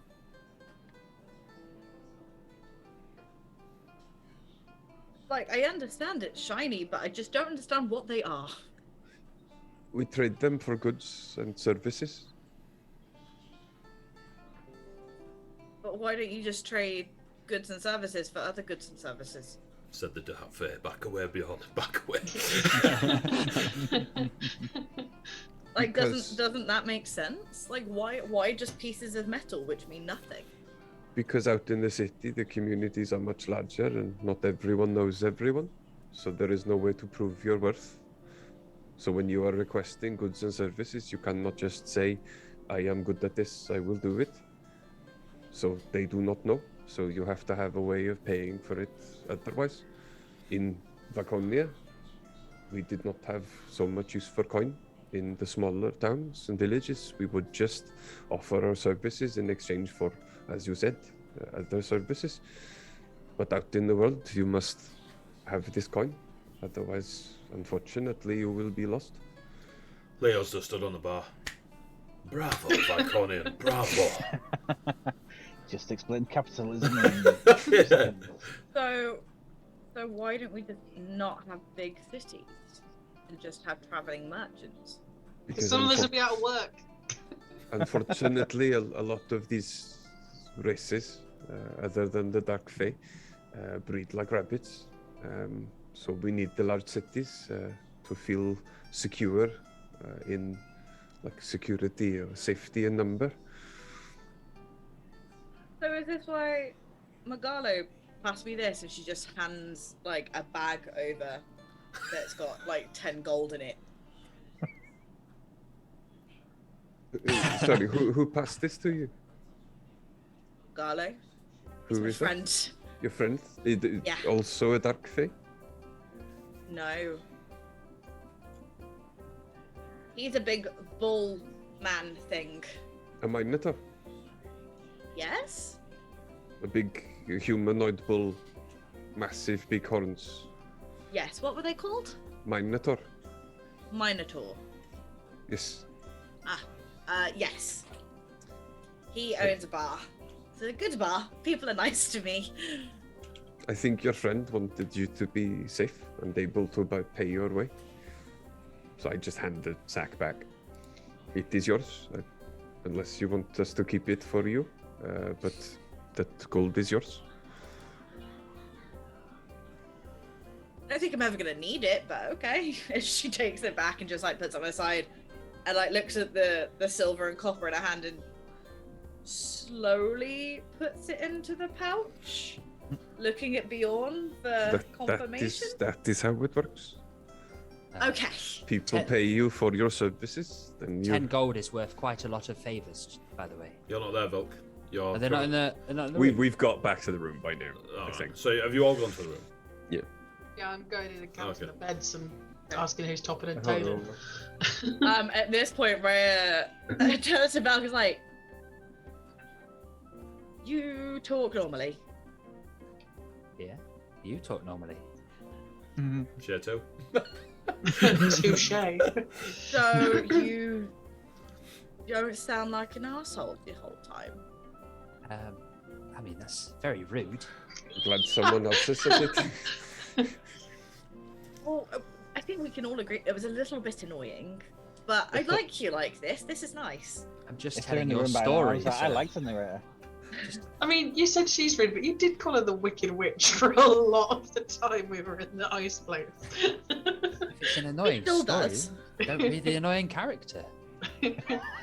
You sense an element of bite in Volk's. How dare you But- insult my heart?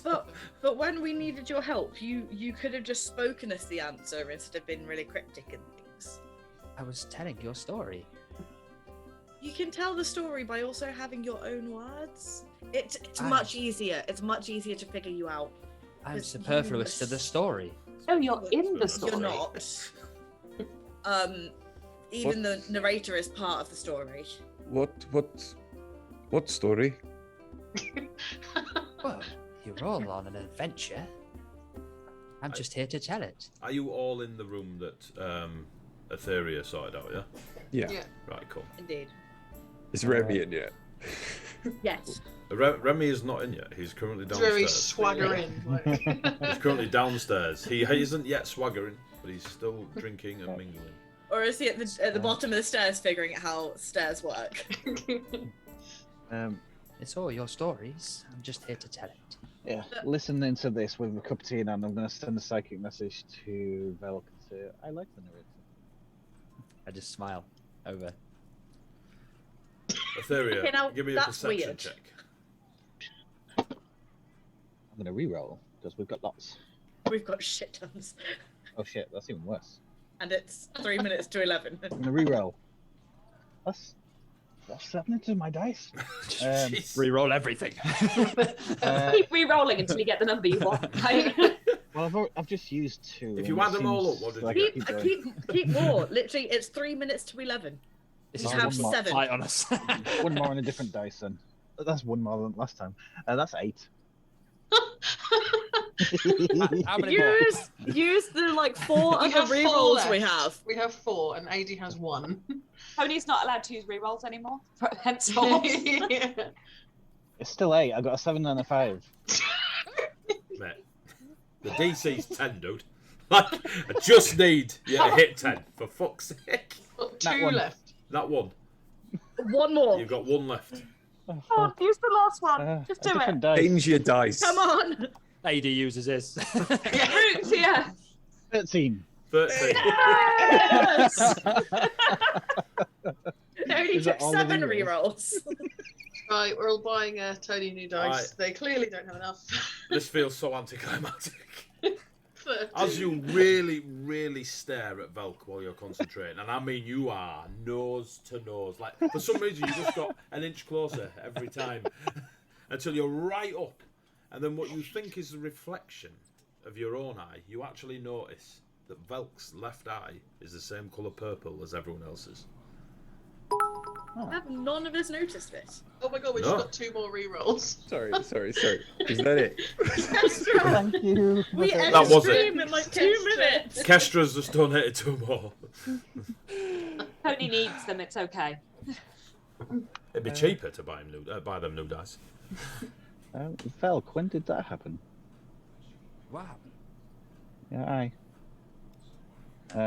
I don't have out to use as a mirror unless I find something shiny and hold it up. As you are looking for a mirror, one apparatus on the bedside where you put the copper coin.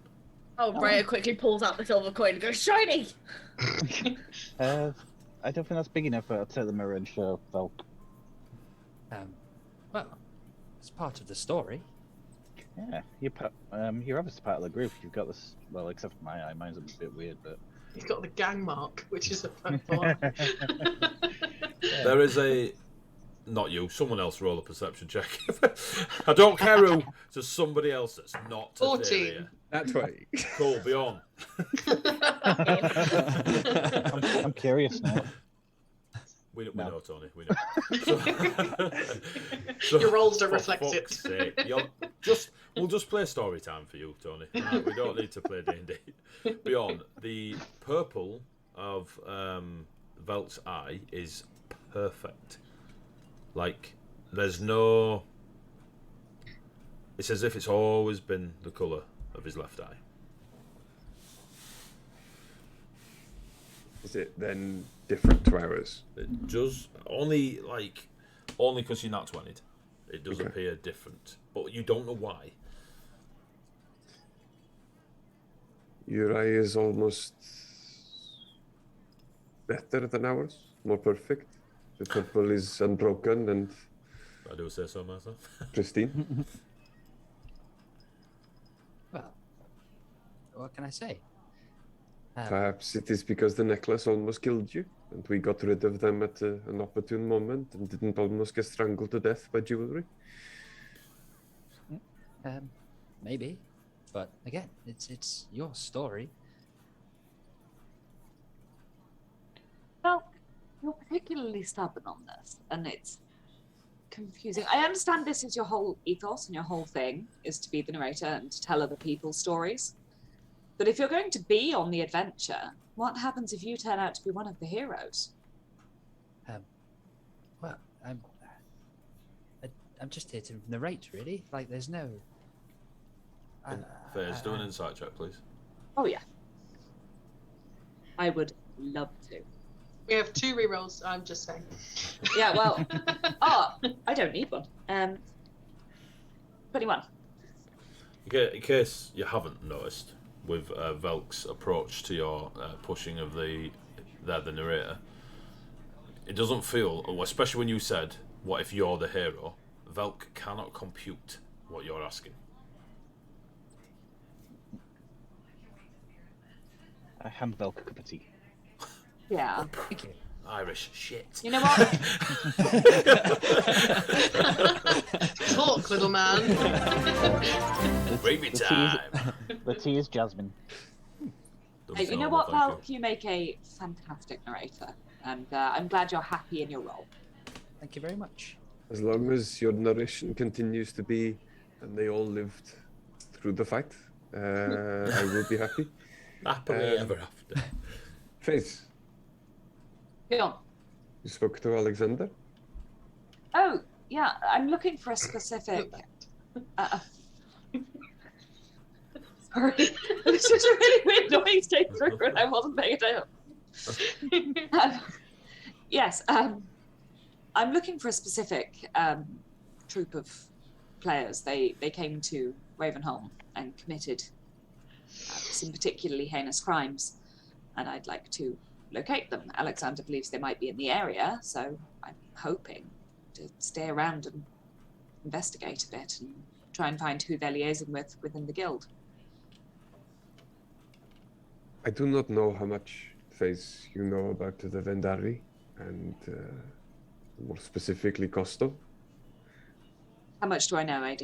Give me a religion check. Okay. Give me. Gonna use one of the rerolls.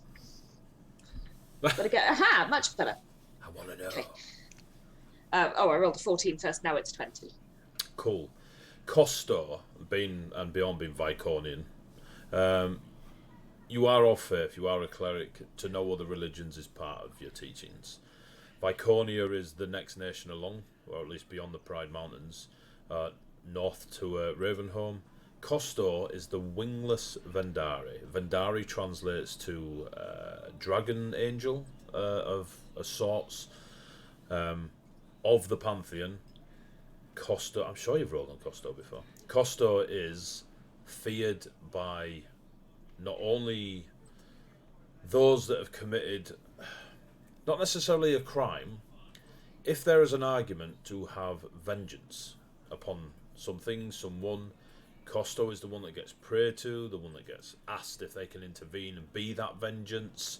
But you do not get any help from Costo regarding vengeance unless you've earned the right to take vengeance upon someone. And they have earned the right for you to be vengeful towards them.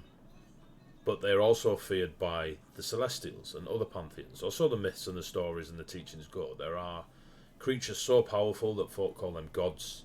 There are entities that can claim them and the mates are a pantheon because, again, folk believe in them and pray to them and they can grant them powers to do such. Apparently, they all fear Costo. If there was to be a war in the heavens, the paradise fields, the celestial mountains, any battlefield where pantheons reside in the tales and the myths, everybody wants Costo on their side. For a dragon angel with no wings, for some reason scares the bejeebers out of most of these myths and stories. In which case I'm going to reply to go on. Some. Meh. Enough. Costo has sent me out into the world for a reason. I believe meeting you was predestined. I am yours to help, if you will have me. May I ask why he chose someone who pulls chains in dungeons and floods places? I'm teasing Bjorn. I'm very grateful for your assistance. Thank you. Don't take any potions off Remy. But... I believe your troop that you are looking for also may be connected to the performer I am looking for. You're looking for a specific performer? One who was traveling with the troop through Vaconia, and according to Alexander, perhaps through Ravenholm before. Can you describe the performer? A lithe dancer, beautiful, ethereal, enchanting, with white swan wings. Does that ring a bell? It does not. Let me double check. Where is Fizz? Yes.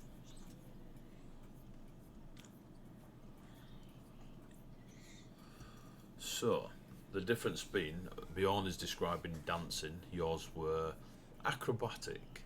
Battles were applauded, and when the evening was upon them, they performed a ballet. But there is Fine. no... It doesn't fit the description of the dancer, but there was a ballet performed. That specific dancer, not so much, but there was a ballet performed. And lots of acrobatics, very bouncy. But regardless, I'm grateful for your assistance. We've got a lot of people to ask questions of and see which troops have arrived if you're happy to help. I'm not expecting anyone else to help, of course. I know you've all got your own stories to I'll tell. help. You sure? Yes. I need to find a path in the world. It seems as good as any to start. Thank you, Etheria. That's very kind. And I'm going to go and hug Etheria, just because. Awkwardly accept. That didn't look awkward, Tony. Get over here, just like You're in. knuckle rub on the head.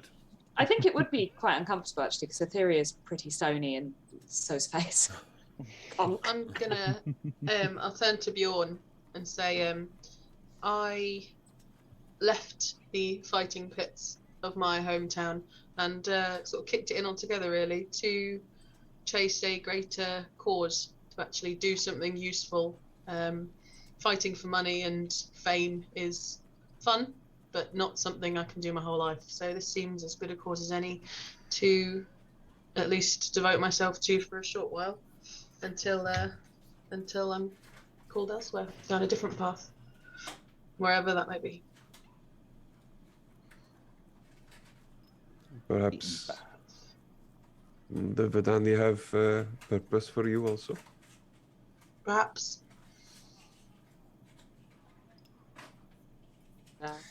Rhea, what's your plan? Go where you go. I got bored of where I was. I want to see something new. One of the other fun things about being in the world, Rhea, is that if we do services like this for the people, we amass larger amounts of that coin. Oh, yeah, Alexander did say that there could be some reward for the investigation if we manage to solve. And also a favor, I believe, he said. Favor too. I look, if I'm completely honest, I don't really care about the money or the favor. I'm more interested in finding the players and decorating the place with them. But for everyone else, I can see that it would be pleasant. What did they do? Have you told us that? No. They hurt some people I cared about. Let's kill them. I'm in. Is that what we're supposed to be doing? I'm not sure. I assume that was the right answer. I'm going to hand Rhea some tea. Okay. Try this as well, rice wine. Oh God. Rhea drunk. I will not drink. I will sleep. I'm gonna lay down on a bed. Sweet long rest. So, I'm gonna lay down on a bed. as you are all assuming I'm chilling for the day, night, etc. I'm not sleeping until Okay. Remy gets back, sorry. You Go on don't first. marry Remy, I'm gonna He's be not- so angry. No, I just don't want him to wander off and disappear. Like... Go on, Fizz. Once Bjorn is asleep, Oh just- no. I'm just going to take some ink out of my bag and just draw little devil horns on his head and then go to sleep. Thank you. Give me a sleight of hand. How many rerolls have we got? 2. That was caught. 17. 17. Give me a perception check, Bjorn. A disadvantage. Okay. In fact, fuck it, I'm using my reroll for you. You got 6, so add your perception to that. Can you reroll our dice? The DM, he can do So whatever 6 the hell he plus likes. your perception. What is it? Not 17. That was, yeah, 6. If you'd have gone plus 11, that'd have been like, fuck. All right, Call Rose. that one. 6. I rolled an 18 and a natural 20. Unlucky. Fuck. you successfully draw little devil horns on Bjorn's forehead. So glad that AD used his first reroll. And just as you are all like resting and such, you just see Remy walk up the stairs as you've all offered help for Faze, and just goes, "And my axe!" and then just falls into the room. He's not wankered, but he's definitely happy to be alive. Yes. Has he ever drank before? Isn't he like he's 17? You're telling me that he hasn't taken some of his own potions and probably felt worse than this? True. Yeah. This is very true. And with that, we will call an end to tonight's session, as you all get ready for long rests and such, and we will find out what happens in the morning when the festival of everybody's birthday happens. It's a weird concept, AD, but I'm on board. Can we assume that we have a long? Can we assume we have a long rest? Yes.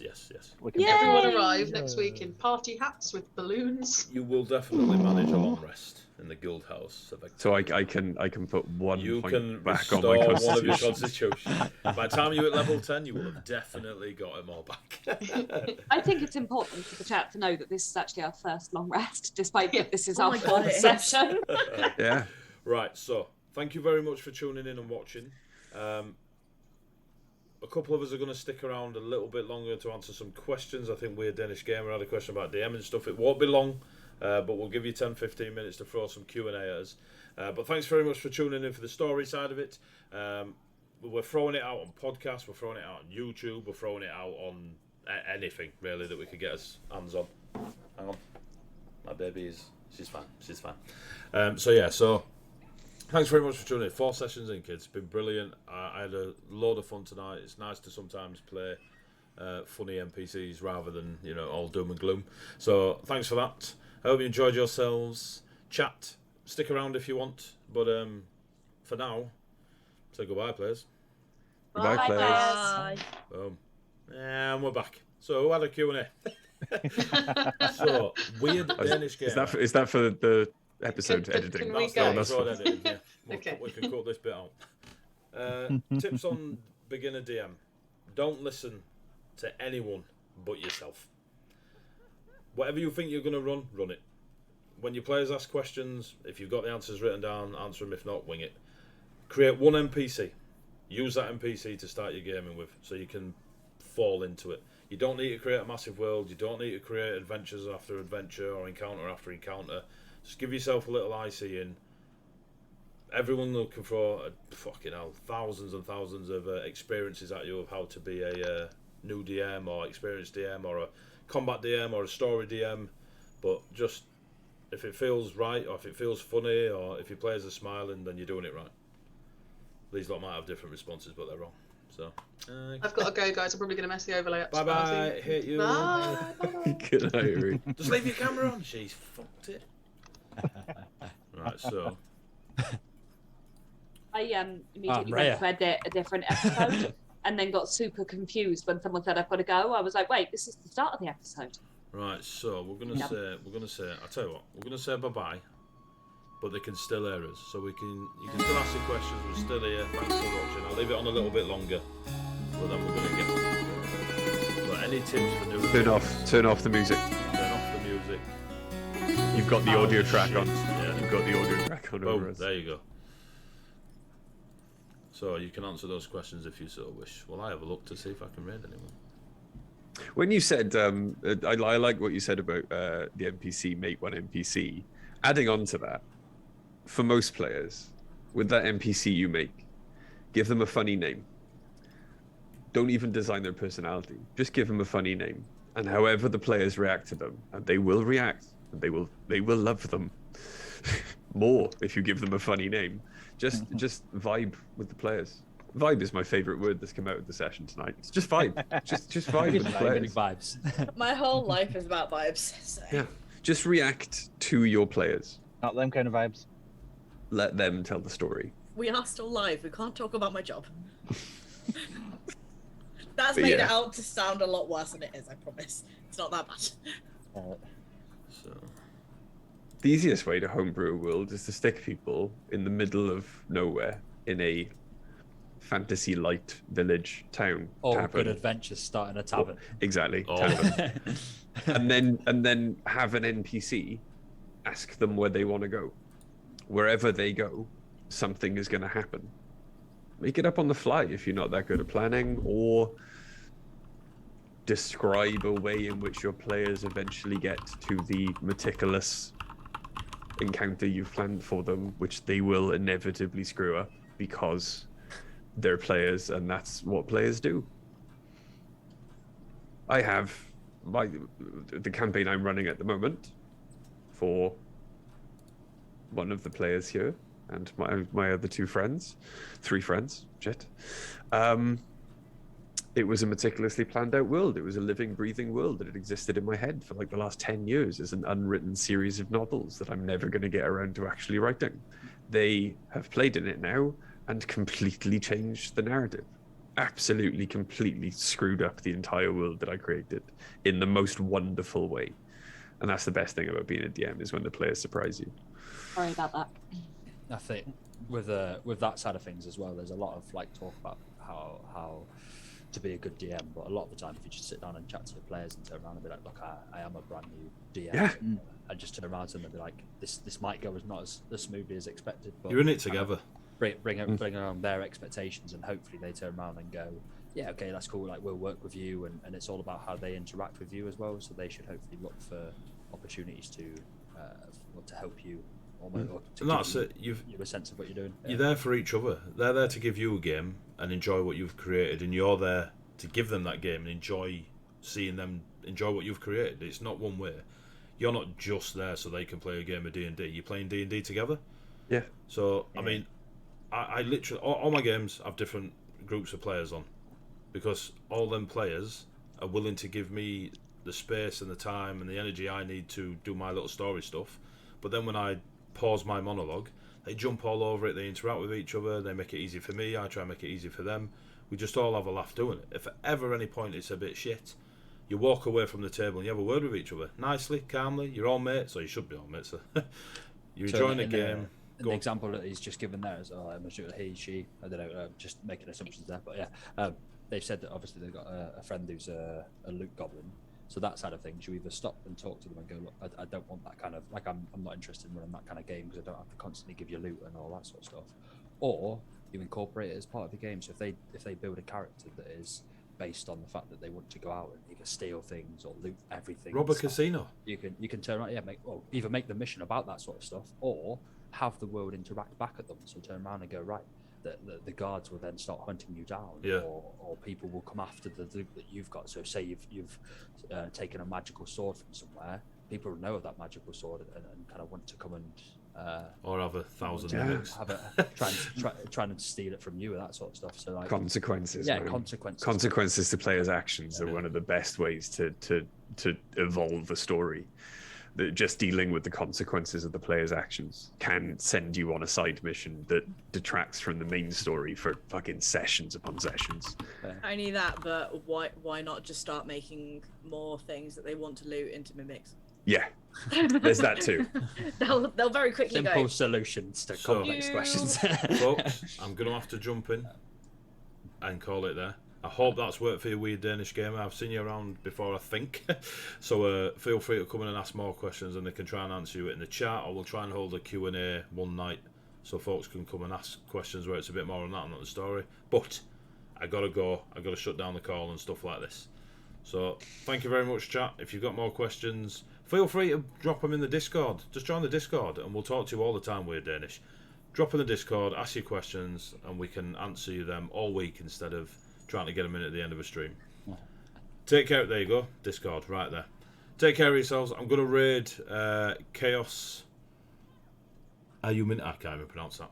But I've watched them a couple of times. I really enjoyed them. Thank you, Kestra, for the gifted sub to Weird Danish Gamer. It's much appreciated. Thank you. But Thank for you. now, we're doing one. And we're going to do a Goodbye. cheeky little raid. So take Woohoo. care of yourselves. If you do Bye. go with this raid, please say hello. Tell them you've come from us and you had a great time, etc. And wish them all the love for their D&D. Bye-bye. Bye bye. Bye bye. Bye bye. Bye bye bye bye bye bye.